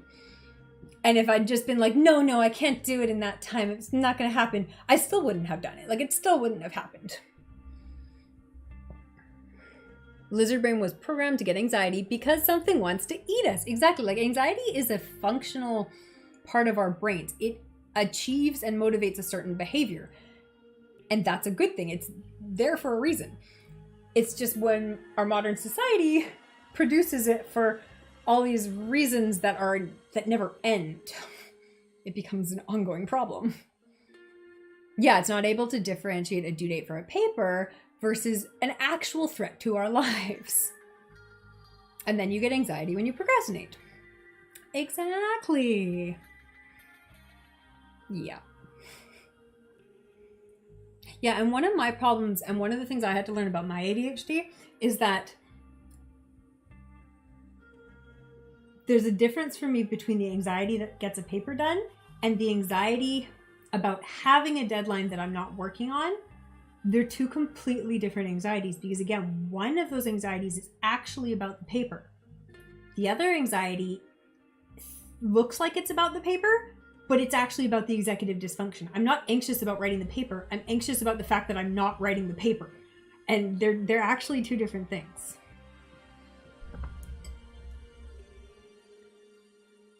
Yeah, you looked a lot into this topic. Yeah, right? Still don't know how to change that. Yeah. Again, the anxiety about not writing the paper will go away once you find a way to write the paper. Like once you have some better techniques for dealing with executive dysfunction. that helps a lot with that anxiety. The anxiety about the paper will still be there, but that's a good thing. Like, you should, if the paper is important and it has a consequence for your life, like getting a good grade is important for the course, is important for your degree, is important for your career, that's an appropriate anxiety. You should feel anxious about it because it's something that's important to you. There should be a reasonable level of anxiety, like it should be appropriate to the situation. You shouldn't have like crazy I'm gonna die anxiety about a paper. But when something's important to you, you should care about it. But yeah, you shouldn't be dealing with infinite anxiety because you can't start the paper. That's a different type of anxiety, and it's a problem because it never ends, because it just feels worse the next time because you do the same thing again. You wonder why you didn't learn last time. And then you feel bad because you're like, why can't I learn? I know this didn't work out well last time. I was super stressed and I didn't sleep for 2 days. Why can't I not do that to myself? But it's because, if you're ADD, it's because your dopamine isn't fucking there. It also made me feel so much better that, like, all the people who are like, just do it. It's like, so your dopamine level is at a completely different place than mine. When my dopamine level is at that place, yeah, I can just do it. Not a fucking problem. So, shh.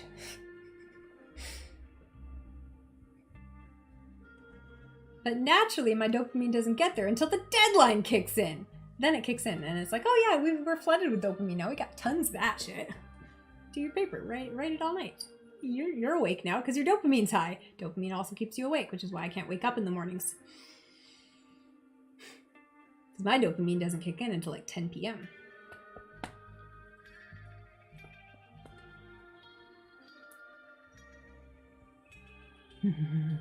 It's not just do it. It's I'm having a mental breakdown right now. What do you mean just do it?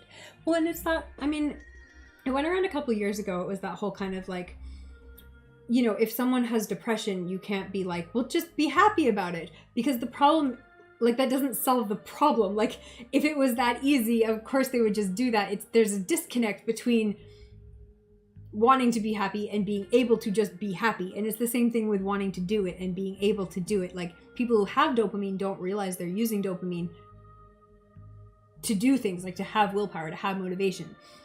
But when you don't have dopamine, you wonder where all your willpower and motivation went, because you had some last night when there was a deadline, and now it's gone. For you, fitness is a great way to kickstart your dopamine. Fitness is a good, reliable technique to boost dopamine and create regularity in dopamine. Absolutely. If you have a good physical health schedule, it can make a huge difference in dopamine. That's why you start your day with it. Yeah. Yeah, see, for me, I can start my day with physical activity, but I don't enjoy it. So it just becomes another thing that I put off and don't want to do, especially if I don't have the dopamine to motivate myself to do the workout.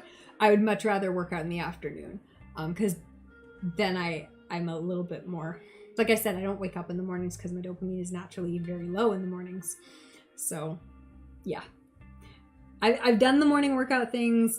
It is not something that is worth it for me because the strain of making it happen regularly is too high.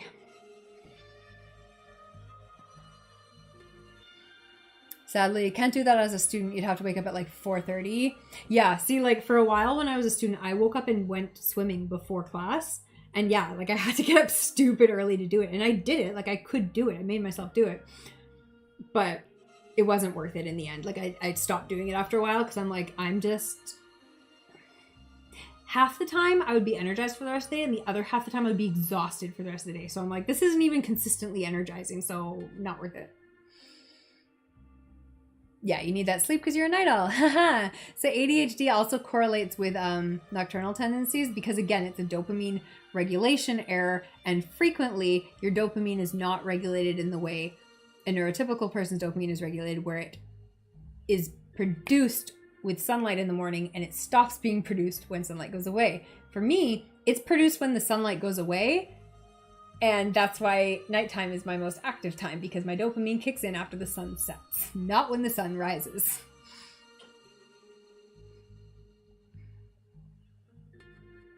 It's not an easy adjustment. You miss more days than you want. Yeah, right. And that was one of the things too. I had to like very much allow myself to like miss days, because like getting a 5-day a week schedule, like it's just like, this is never going to happen. And if I feel bad about it every week, I'm going to feel bad about it forever. I just have to like be positive when I get 3 days in a week, when I get 4 days in a week, and like just be grateful for what I did get. Learning so much. Oh my God, right? I love this, talking about this stuff, because it's so useful. Yeah, sadly you can't do the night owl thing as a dad anymore. Maybe start seeing a therapist again, right? I mean, for me, it was a doctor. Getting a prescription for ADHD changed my life. And then I moved to Italy, and now I can't get the same medication, and I'm still trying to figure that out. My doctor has not gotten back to me in a week. Tell me what prescription you can give me. I don't care what it is. I just need you to give me something. But yeah, therapist, doctor, talking to someone, medication, all very good ideas. Highly recommended. Yeah, the night owl thing as a parent can go both ways too, right? Because for some parents, it can really work, especially if one parent, especially if your kids or your babies are very nocturnal. It can actually be helpful to have one parent who wants to be up late and one parent who wants to get up early in the morning. And then for some families, it doesn't work, because you both need to be active in the daytime to get them to school and get them to lessons and get them to whatever activities and all that stuff. And so both parents need to be awake in the day.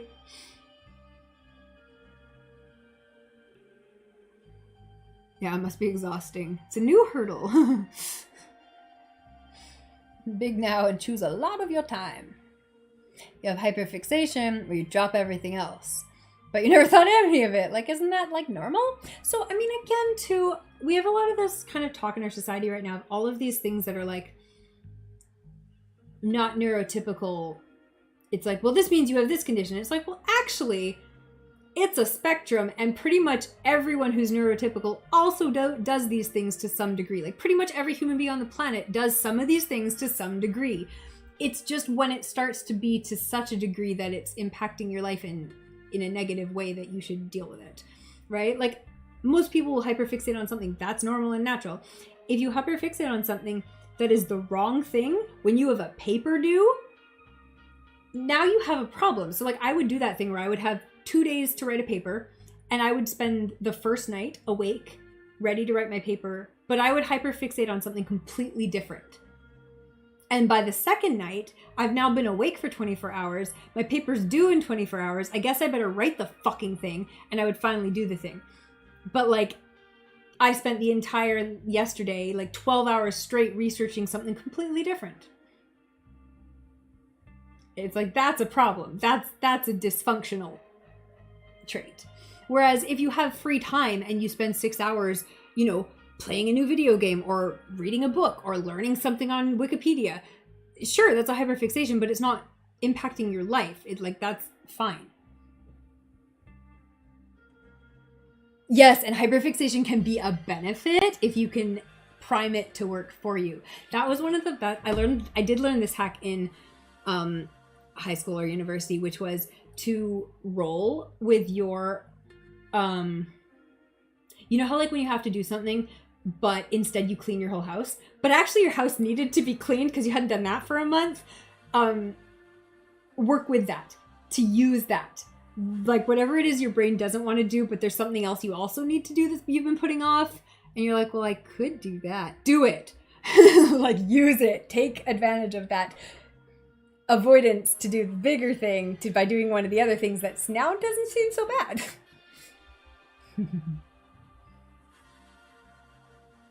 And like for me, like working on my own business and working for myself, there's so many tasks I could do at any given time.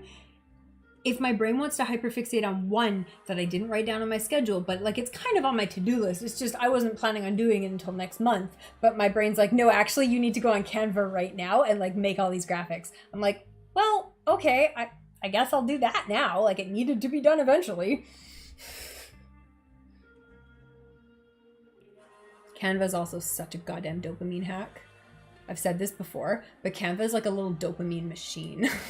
Because it's like every time you make a change to something, you see the result immediately. And it's like the gambling technique where it's like, if something is unreliable at dishing out rewards, like sometimes it gives you a positive reward and sometimes it gives you a negative reward, it gives you a bigger dopamine rush when you get the positive reward. And Canva's like that because sometimes you make a change and it looks great. And sometimes you make a change and it looks terrible and you need to keep changing it.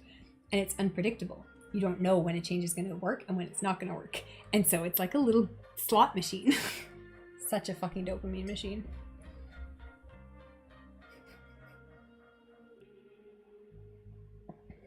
Your longest hyperfixation was for around 5 months. Procrastinated everything to the last day before due.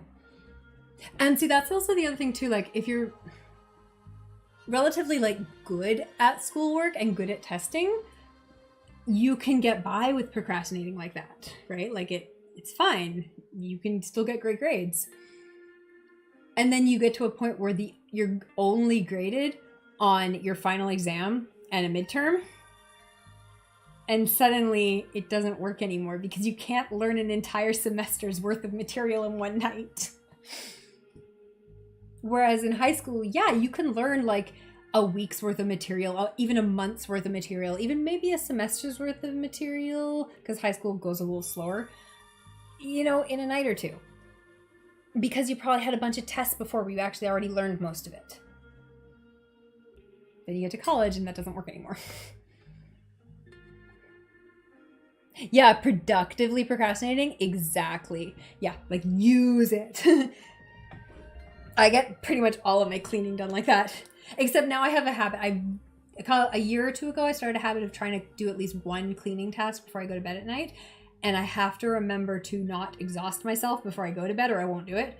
But usually I'll have enough energy to at least pick stuff up for 30 seconds. If I have enough energy, I'll do the dishes or do a sweep. But if I'm tired, I will at least go around and like grab 10 items and put them away. But otherwise, like if I actually want to like clean my bathroom or do a weird task that I don't normally do, like clean the windows or something like that, yeah, I will wait until I'm trying to avoid another task. And I'll be like, oh yeah, I did say I should clean my windows. I guess I'll spend an hour doing that instead of whatever I don't want to do.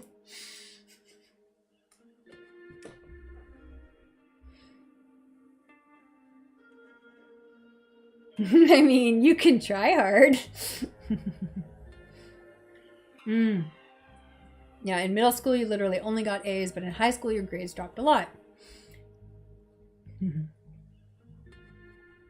Yeah, other hacks for cleaning, body doubling, have a friend come over and tell them they don't have to help you clean, they just have to be in the room. They can like watch TV or go on their phone, but you're going to be cleaning. Or get them online. Be like, hey, I'm going to video chat you or call you on the phone and like just stay on the line with me while I get some cleaning done. Because, and for me, like I can't make it an accountability thing. Like it can't be like, check up and see if I'm cleaning, because I'll be like, no, fuck you, I'm not doing it. But if they're just there and like having that presence of someone being around you can make a huge difference. Body doubling, there's research on that. Is it weird that you enjoy cleaning your friend's room but not yours? That's because there's two reasons. There's no emotional ties to your friend's stuff. You can just put stuff away and you don't sit there and get distracted by all the reasons why you can't throw it out, the reasons why you love it, the reasons why all the memories you have, all the reasons you bought it, all the, you know, like, oh, I can't just put this away on the shelf. I have to sit here and think about it for 5 minutes. That's the first reason. The second reason is that there's no consequences. Like if you help your friend with their clean house, like it doesn't matter to you, it's irrelevant, so you can just do it. If it's your house, it's like, well, there's all this like emotion about how you should do it and you need to do it and it's important to do it and all that kind of stuff builds up. But yeah, it's much easier to clean other people's houses and make decisions like that. Move this over there, get rid of that, keep this, done.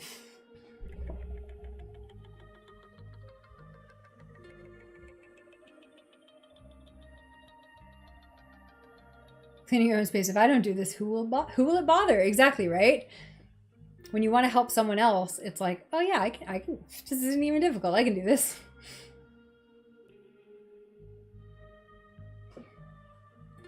When it's like, well, I'm the one who has to live here, so I'm the only one who has to deal with it. And it's like, okay, well, what about when you want to have your friends over? It's like, well, then I'll clean it. It's like, well, what about if your friends deserve a nice place when they come over? What if actually you deserved a nice place every day? Oh, wouldn't that be nice?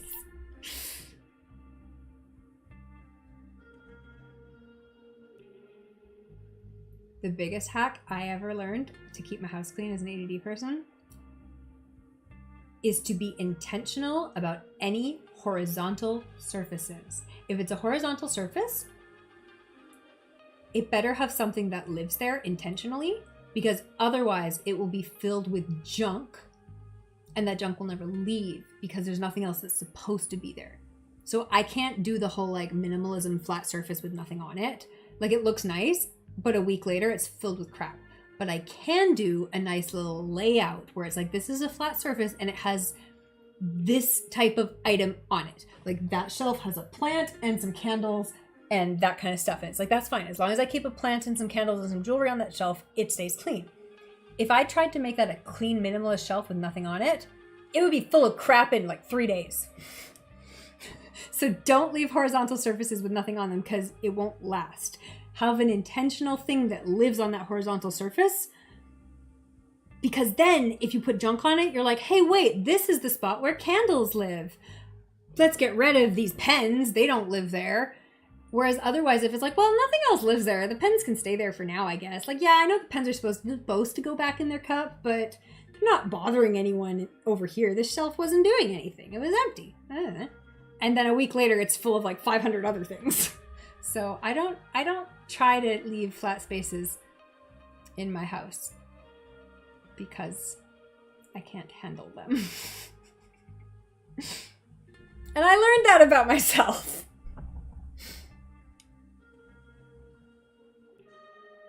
That's why you love the fire service. Wish you got into it out of high school, to be honest. Right? Yeah, every day is about helping someone or learning how to help someone. So there's a real purpose and it's dramatic to every task. Yes. Meanwhile, your own house might burn to the ground due to neglect. I feel that one. It's like I can help someone else, like stop a fire. But my own house, maybe that's a fire hazard. Who knows?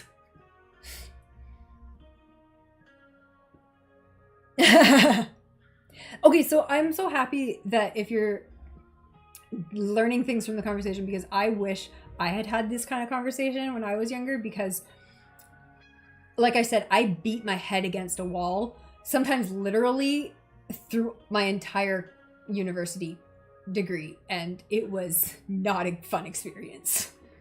If I knew then what I know now, it would have been a completely different experience.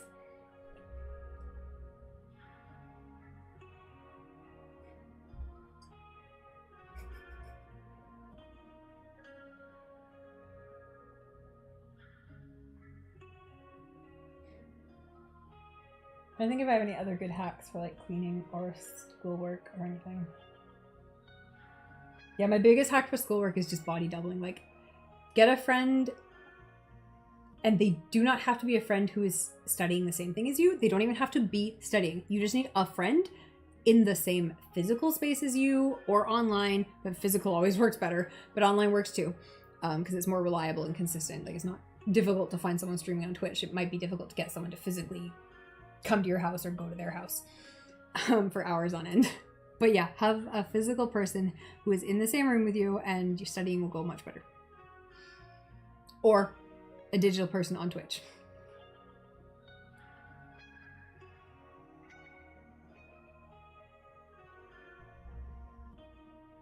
Yeah, growing up with social media influences you in a lot of ways, like staying on the phone for too long. And you also have a lot of access to education. Yeah, see, okay, so that's the other side of the coin. I was talking earlier about how ADD feels like it's more prominent now, and one of the reasons is that because our society wants different things from us, and traits that have always existed now are more noticeable. But the other thing is that certain parts of our society exacerbate those traits. Things like social media, things like digital exposure, things like our kind of like shortened attention span, things like our modern diet, things like our modern lifestyle. Like there's a lot of things in our current society that actually exacerbate these tendencies as well. I think the bigger issue is the fact of what we're asking from ourselves versus what we used to ask from ourselves. But I don't think we can discount the fact that, yeah, like being on a cell phone, you know, scrolling through a new piece of information every like 2 seconds absolutely has an impact.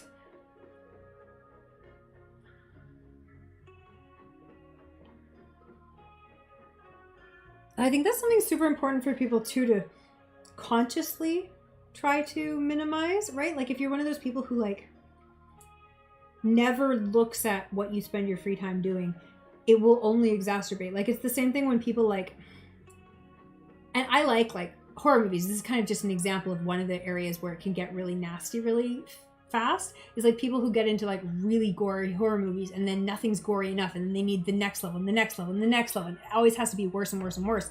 And this goes for other facets of life too, I'm sure you can guess, where people don't step back and go, wait, am I accelerating this trend? Like if I maybe took a break, would I be satisfied with a normal level of whatever that topic is? And I think a lot of people can get trapped in that kind of accelerating cycle. And it's like, wait, okay, even TikTok's not fast enough for me now. I need to keep scrolling faster and faster, or I need to watch like, you know, I can't even finish a YouTube video now. It's too slow. I have to skip to the next one, skip to the next one. It's like, consciously take a step back sometimes and be like, okay, let's just, for a moment, take a break. And like for me, I'll watch YouTube videos on fast speed because I want to get through the information faster. But I will also sit back and watch a movie and just sit down and like be like, okay, we're just going to watch one piece of content and we're just going to like focus on that for a while. Or I'm going to sit back and read a book for 20 minutes or an hour and just like recalibrate, because that can really make a difference. And you can really, if you aren't conscious of how you spend your time and motivation and energy, you can absolutely accelerate yourself in a negative direction.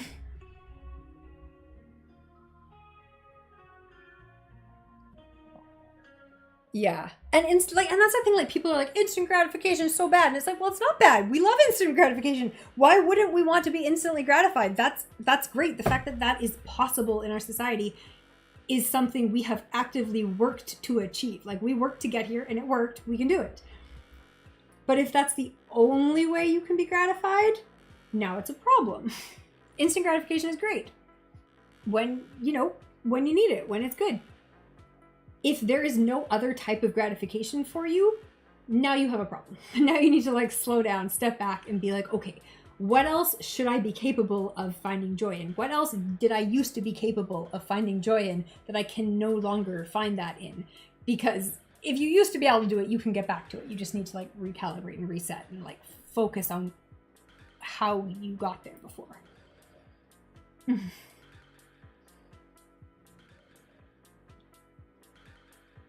Also, you have 30 sources for free on any subject. Yeah, the fact that we have all this access to information is phenomenal, right?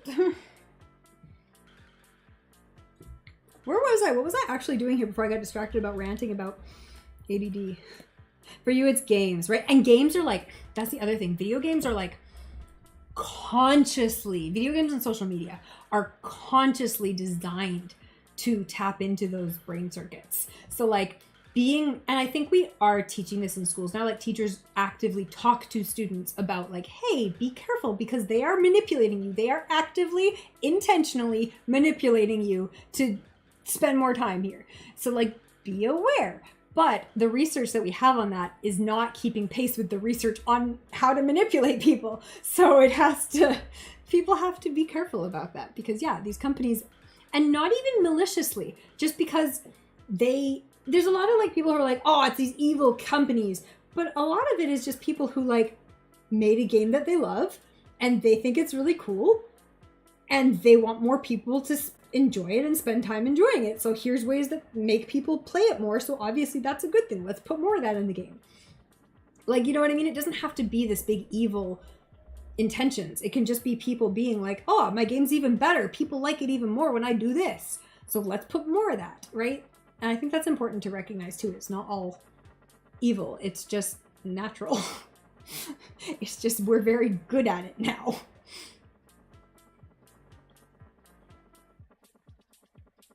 But yeah, video games you have to be careful with because they are so designed to do it.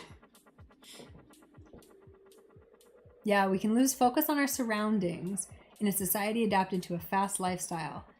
You can get lost eventually if you're not strong-minded. But to be strong-minded, you have to be self-aware and be aware of your surroundings. And it's a circle.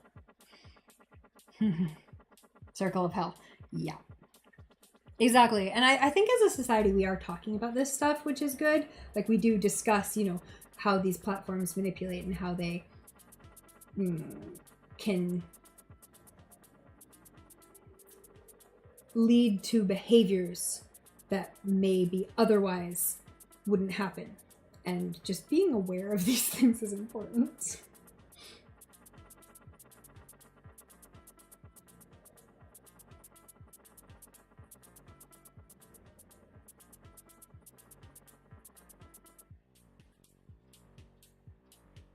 And some of that is using tools too, right? Like if you need to set a timer, especially if you're ADD and you have bad, naturally ADD, dopamine is also really important for time consciousness, for time awareness. And if you have low dopamine, you probably have a really bad understanding of how much time is passing, both when you're low dopamine and when you're high dopamine. Because when you're high dopamine, time probably passes really quickly. And you don't know how much is passing. But in both ways, you either don't know how long something's taking or how you don't know how quickly something's going. And so setting timers, having clocks around you, having things that happen at certain times of the day without your input, like having automatic things, is really helpful because it will help clue you into what the fuck time it is and what you should be doing. And hey, oh, actually, I've been on TikTok for an hour now.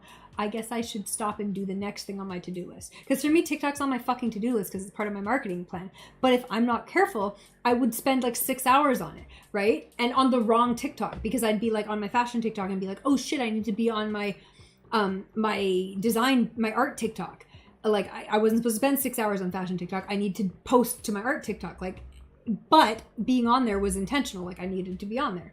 And so it's like, oh, but if I have a timer, I can be like, oh, okay, switch next.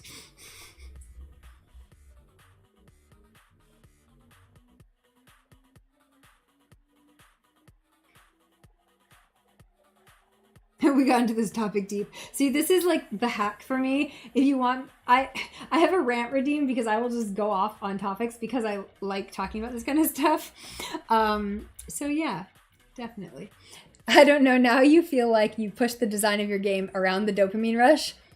Like you push the design of your game in order to increase dopamine rushes, or you pushed it because of dopamine rushes? And your dopamine is telling you to get this done now. You have a due date tomorrow. All right, well, I'm going to finish up my my TikTok and then I'm going to finish up the stream, but I will do a raid before I finish it up. It is time to work. Let's do some work. Yeah, work time, deadline. We're going to wrap this conversation up. That's the one thing you find hard, social media. Never got into the habit of posting regularly. Yeah, I can't post regularly on my personal social media because it is so much of a job for me that if I try to make my personal social media into a regular posting thing, I hate it. Whereas when it is a job for me, like it's marketing for my business, I already know it's a job. And so yeah, I fucking hate it, but I can do it because I need to. And also I pay someone to help me with that because I fucking hate it so much. Like literally, I hate posting regularly. So, gah. Focused on player interaction, player enjoyment, and the double-edged sword of risk for reward. Right. Oh, the other thing about social media too is that you would think posting on social media would be more like the gambling rush, but I don't know why it doesn't work that way for me. I think it's because Instagram is so bad at giving you responses nowadays. So you post on Instagram and like you never get a positive response ever. It's just like consistently poor responses, like maybe 3 likes, and that's it every time. And it's like, well, there's no gambling here. I don't expect a positive dopamine rush ever from posting. So fuck it, I don't want to post.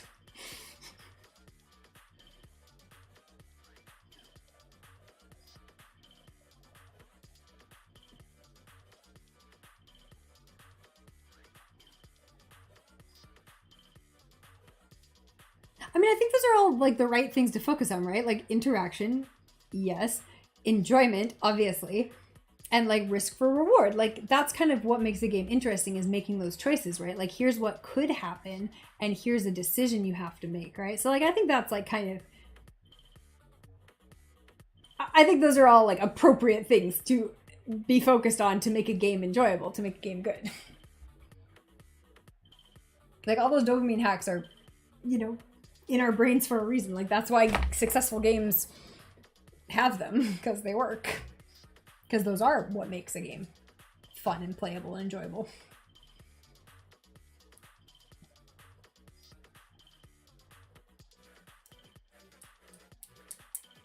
And I think that's one of the reasons I'm better at TikTok than Instagram, because TikTok is a little bit more slot machine-esque. Like sometimes you post a TikTok and it will get thousands and thousands of views. And I've never had Instagram do that. So it's just, Instagram just never hits that dopamine rush. Whereas TikTok, it's like, oh, okay, my dopamine brain is going, there's something here. There could be something here. Post a TikTok. Maybe.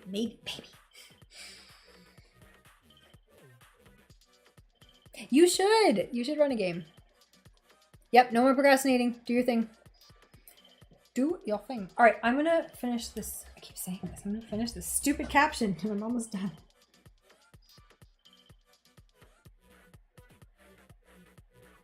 The good thing about TikTok is when you leave it for too long, it will like reset, but then it will ask you, hey, do you want to continue editing that video you were in the middle of editing? And you go, yes, oh my God, yes, please don't delete it. I would like to continue editing.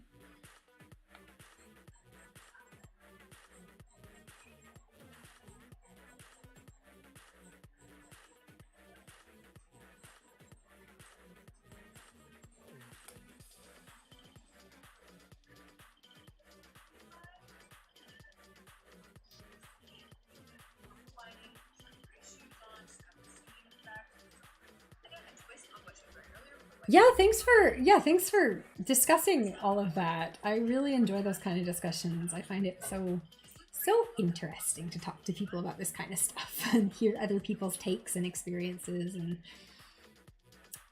well, everyone always has something interesting to say about this kind of stuff.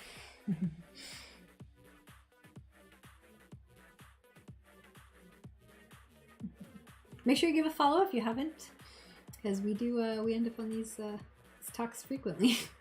Also, we just do co-working all the time, so it's very useful if you're a student or a work from homer.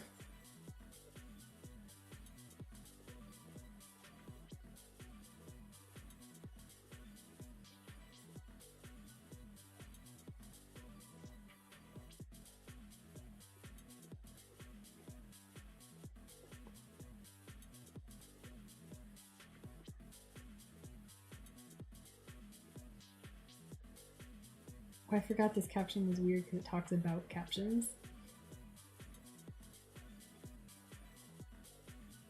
Oh, AI. So funny.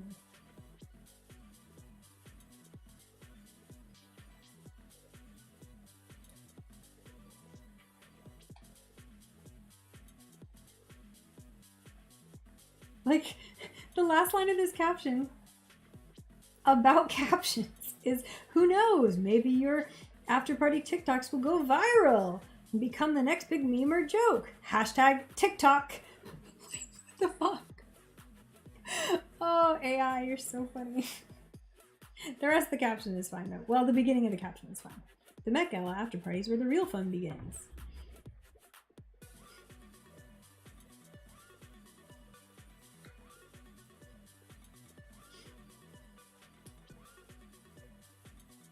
Always check anything written by AI. Not 100% yet.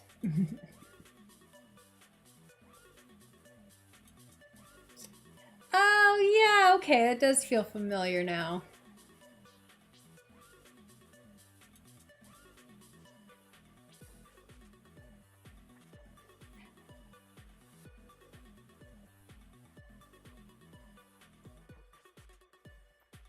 Yeah, I don't know a watch time command. I don't even know how to implement that one.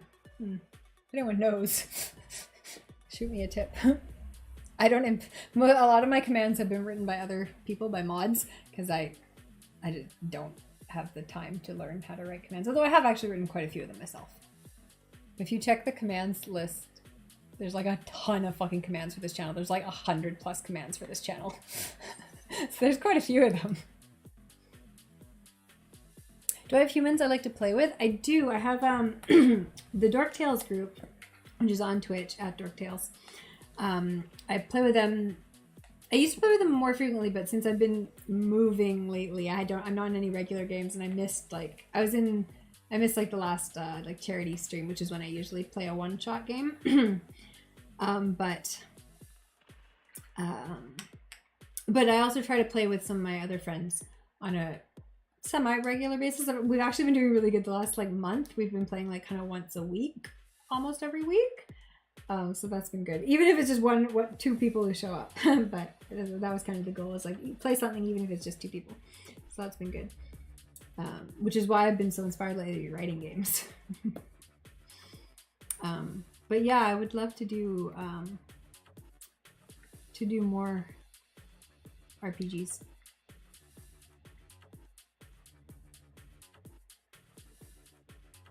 Because of a supernatural raid. That's excellent. You have a weekly game at the moment, but you mostly do one-shots for your game. Right? Yeah, I'm a big one-shot fan. Because that way you don't have to get the same group of people involved on any sort of regular basis, which is a nightmare in itself.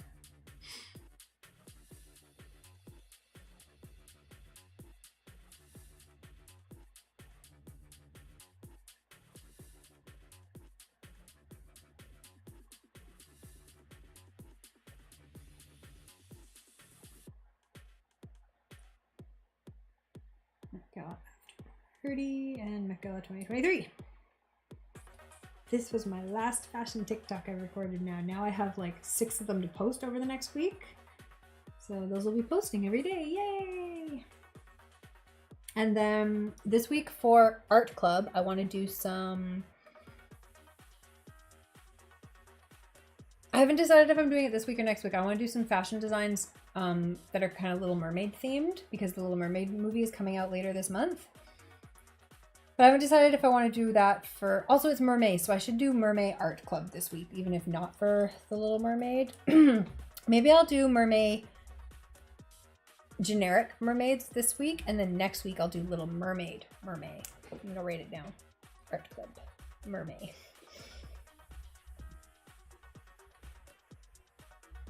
I also have some mermaid art I did last year that I've never posted yet. And I did take photographs of it, so I need to edit those photographs and get those posted.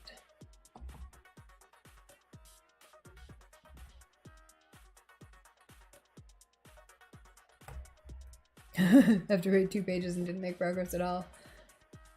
Gotta get the formatting in for Microsoft Word. Crying. For me, I'm such a big fan. If there's a bunch of stuff I need to write, like outline it first, like just go through and be like, this paragraph is going to be about this. This section is going to be about this. And then you go back and it's much easier to write because you've already, like, your brain's already started. And like those aren't sentences that are going to be in the final document. You delete that sentence later, but it helps you get going. Worth a shot.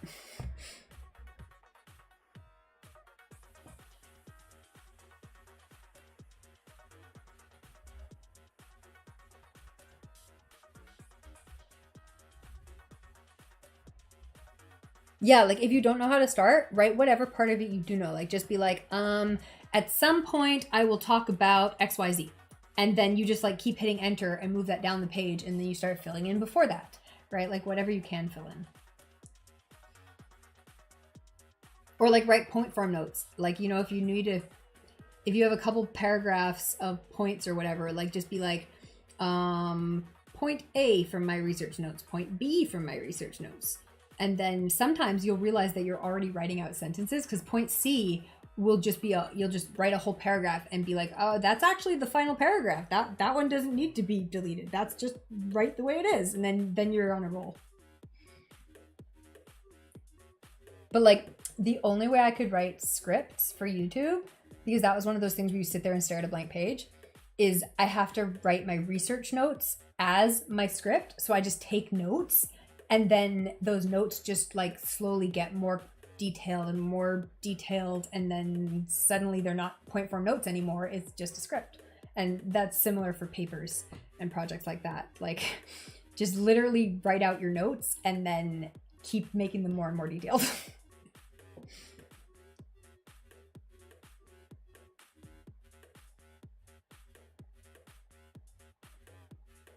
Yeah, end up locking up after the one sentence, right? Absolutely a trap. Yeah, start with whatever notes you got or whatever structure you know is going to be there in the end. And just like honestly, like write terrible sentences that you know you're going to delete later, because they will help you get to the good sentences.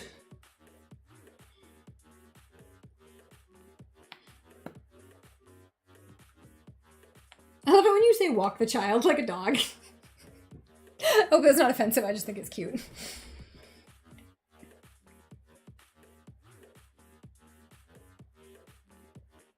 And it's healthy too, because we're humans. We just need to be fed and watered and walked. It's true. Fresh air. Okay, Met Gala 2023. Good. I've got the cover selected. Save as draft. Good.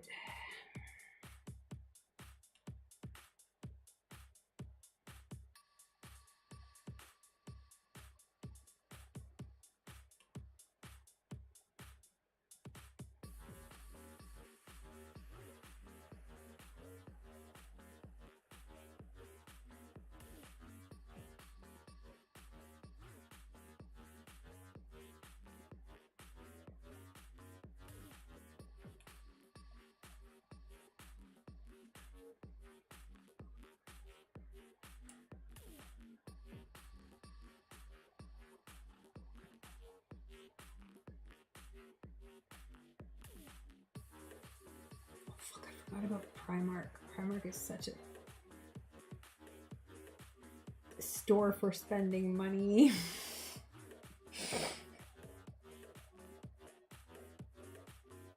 It's cute though, right? Exactly.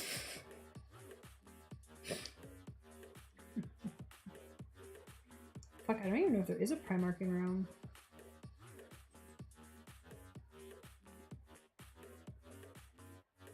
Okay, I'm gonna look it up. Danger.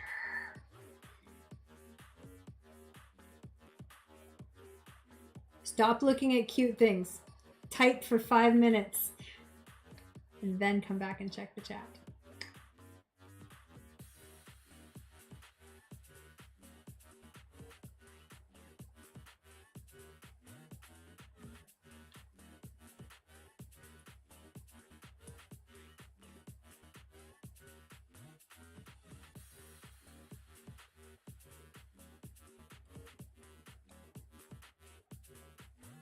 There is not one in central Rome. There's one in the very south of Rome, probably at the same mall that has a Bath and Body Works. So I do want to go to that mall because I do need candles, but I also do not need to spend money. And if there is a Bath and Body Works and a Primark and probably a bunch of other stores I want to spend money at, because Bath and Body Works and Primark generally associate with other stores I like, this is a dangerous place to go shopping. Danger zone.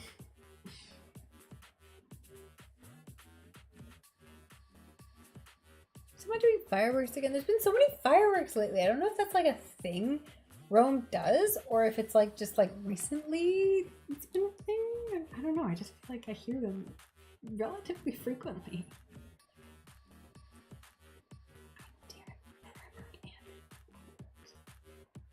Danger. Okay, I need to check.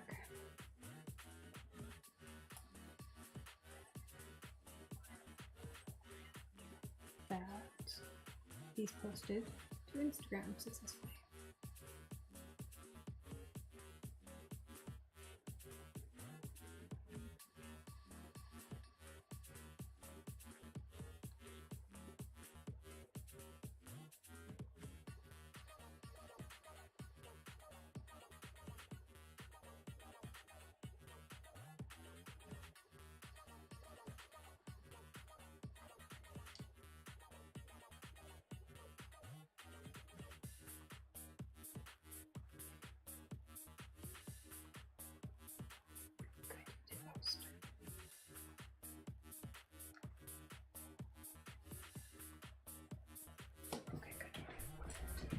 Okay, see now I'm like awake. I was like so exhausted like 2 hours ago. I'm like, I'm gonna end the stream, I'm going to bed. Now I'm like,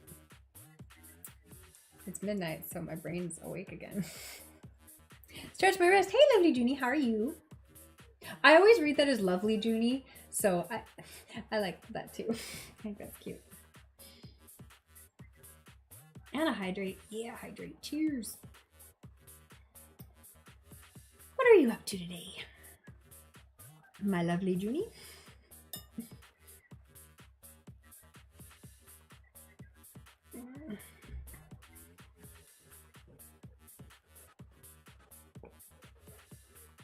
Okay, this is good. One of the things on my to-do list today was to set out a social media calendar for the rest of the month, and I kind of like accidentally did that because I started thinking about what mermaid related things I wanted to do for the month. Like I started getting inspired about creating mermaid inspired fashion.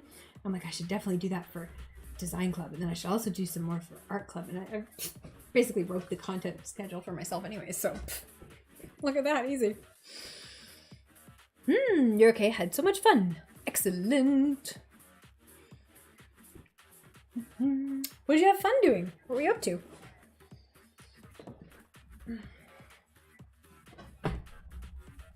Oh, I can't stay up late tonight. I've got a mattress being delivered tomorrow morning. Okay. Let's find someone to raid.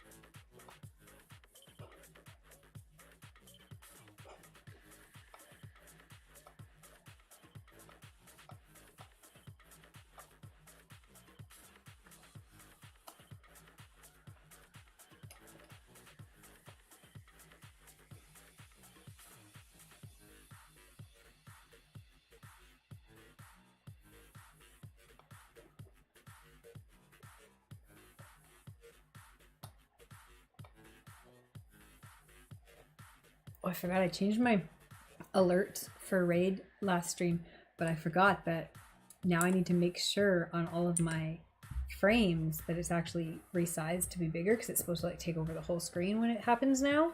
But on most of my settings, it's like this tiny little box in the corner. So like just this big. So I've got to remember to make it bigger on all my settings or it won't be as exciting the first time it happens.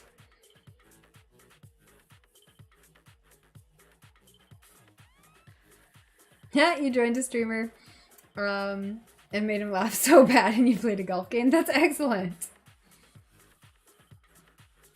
You enjoy it if there's not a lot of people in the streams because you get to have more intimate conversations with the streamers. Yes, I really like the co-working community for that because also like sometimes even when there are a lot of people in the chat, it's still like not everyone is chatting because people are working. So you can have like better conversations, right? When there's just like the right amount of people. Whereas some streams just get so crazy. It's like, how is anyone following any conversations here? And then, I mean, usually that's why Discord everyone just moves to Discord. So it's like, but then you're on 2 different platforms, and I don't know. I find that there are very few streamers who I'm willing to move to Discord for just to get a better conversation. I'll just like wait until the conversation dies down.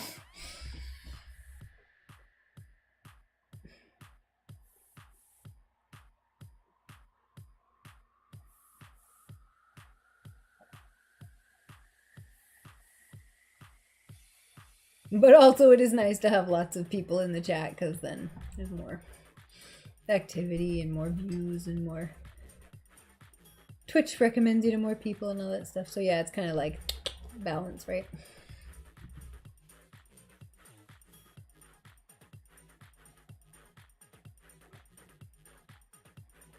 Did you get some typing done? Did you get some words put on the page?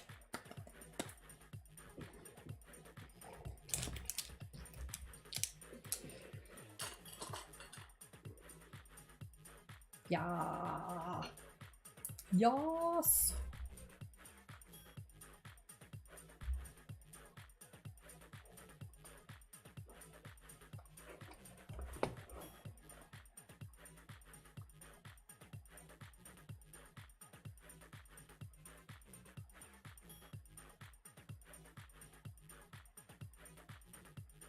There are very few co-working streamers streaming right now. Holy.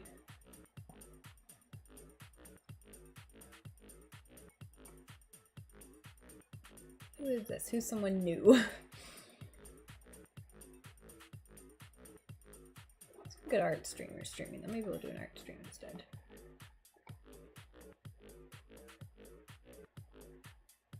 Oh, this is a study streamer I haven't found before. Okay, we'll check them out then.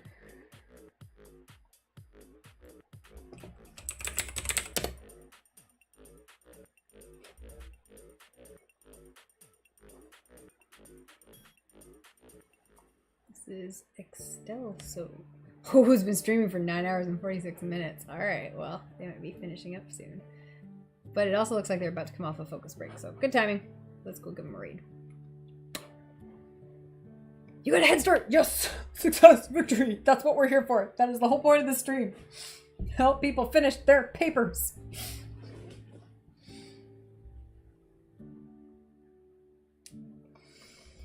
Alright, on that successful note, let's go check out another co-working streamer. How do I spell this name though? Extelso. Oh, come on. Extelso. Bam. Yeah, come back. We were very inconsistent for a while because I was moving to another country, but now I am settled and we've been doing streams pretty consistently, like multiple days a week, 5 days a week if I can manage it. More this week. It's been a pretty good week this week. But sometimes my internet is terrible. But other than that, I've been streaming reliably this month, so we're back on our regular stream. Regular streaming schedule. All right. Thanks to anyone who did show up today. I hope you guys enjoyed the stream. I'm Natasha. We usually do co-working streams here. I want to say like 3 to 7 times a week. We also do lots of creative streams. We do fashion design. We do art, painting. We do bullet journaling and planning. We do business streams and goal setting streams and lots of other random fun, cool stuff. So we do... Tomorrow is Monday, so we're going to be doing writing club tomorrow. So there'll be probably... Well, I'm getting my mattress delivered, so I don't know if I'll have time to do a regular co-working stream tomorrow if that goes wrong. But it might go really smoothly and really easily, and then I will do a co-working stream. And then we'll do writing club in the evening. Well, evening for me, probably like afternoon for North America. Hopefully.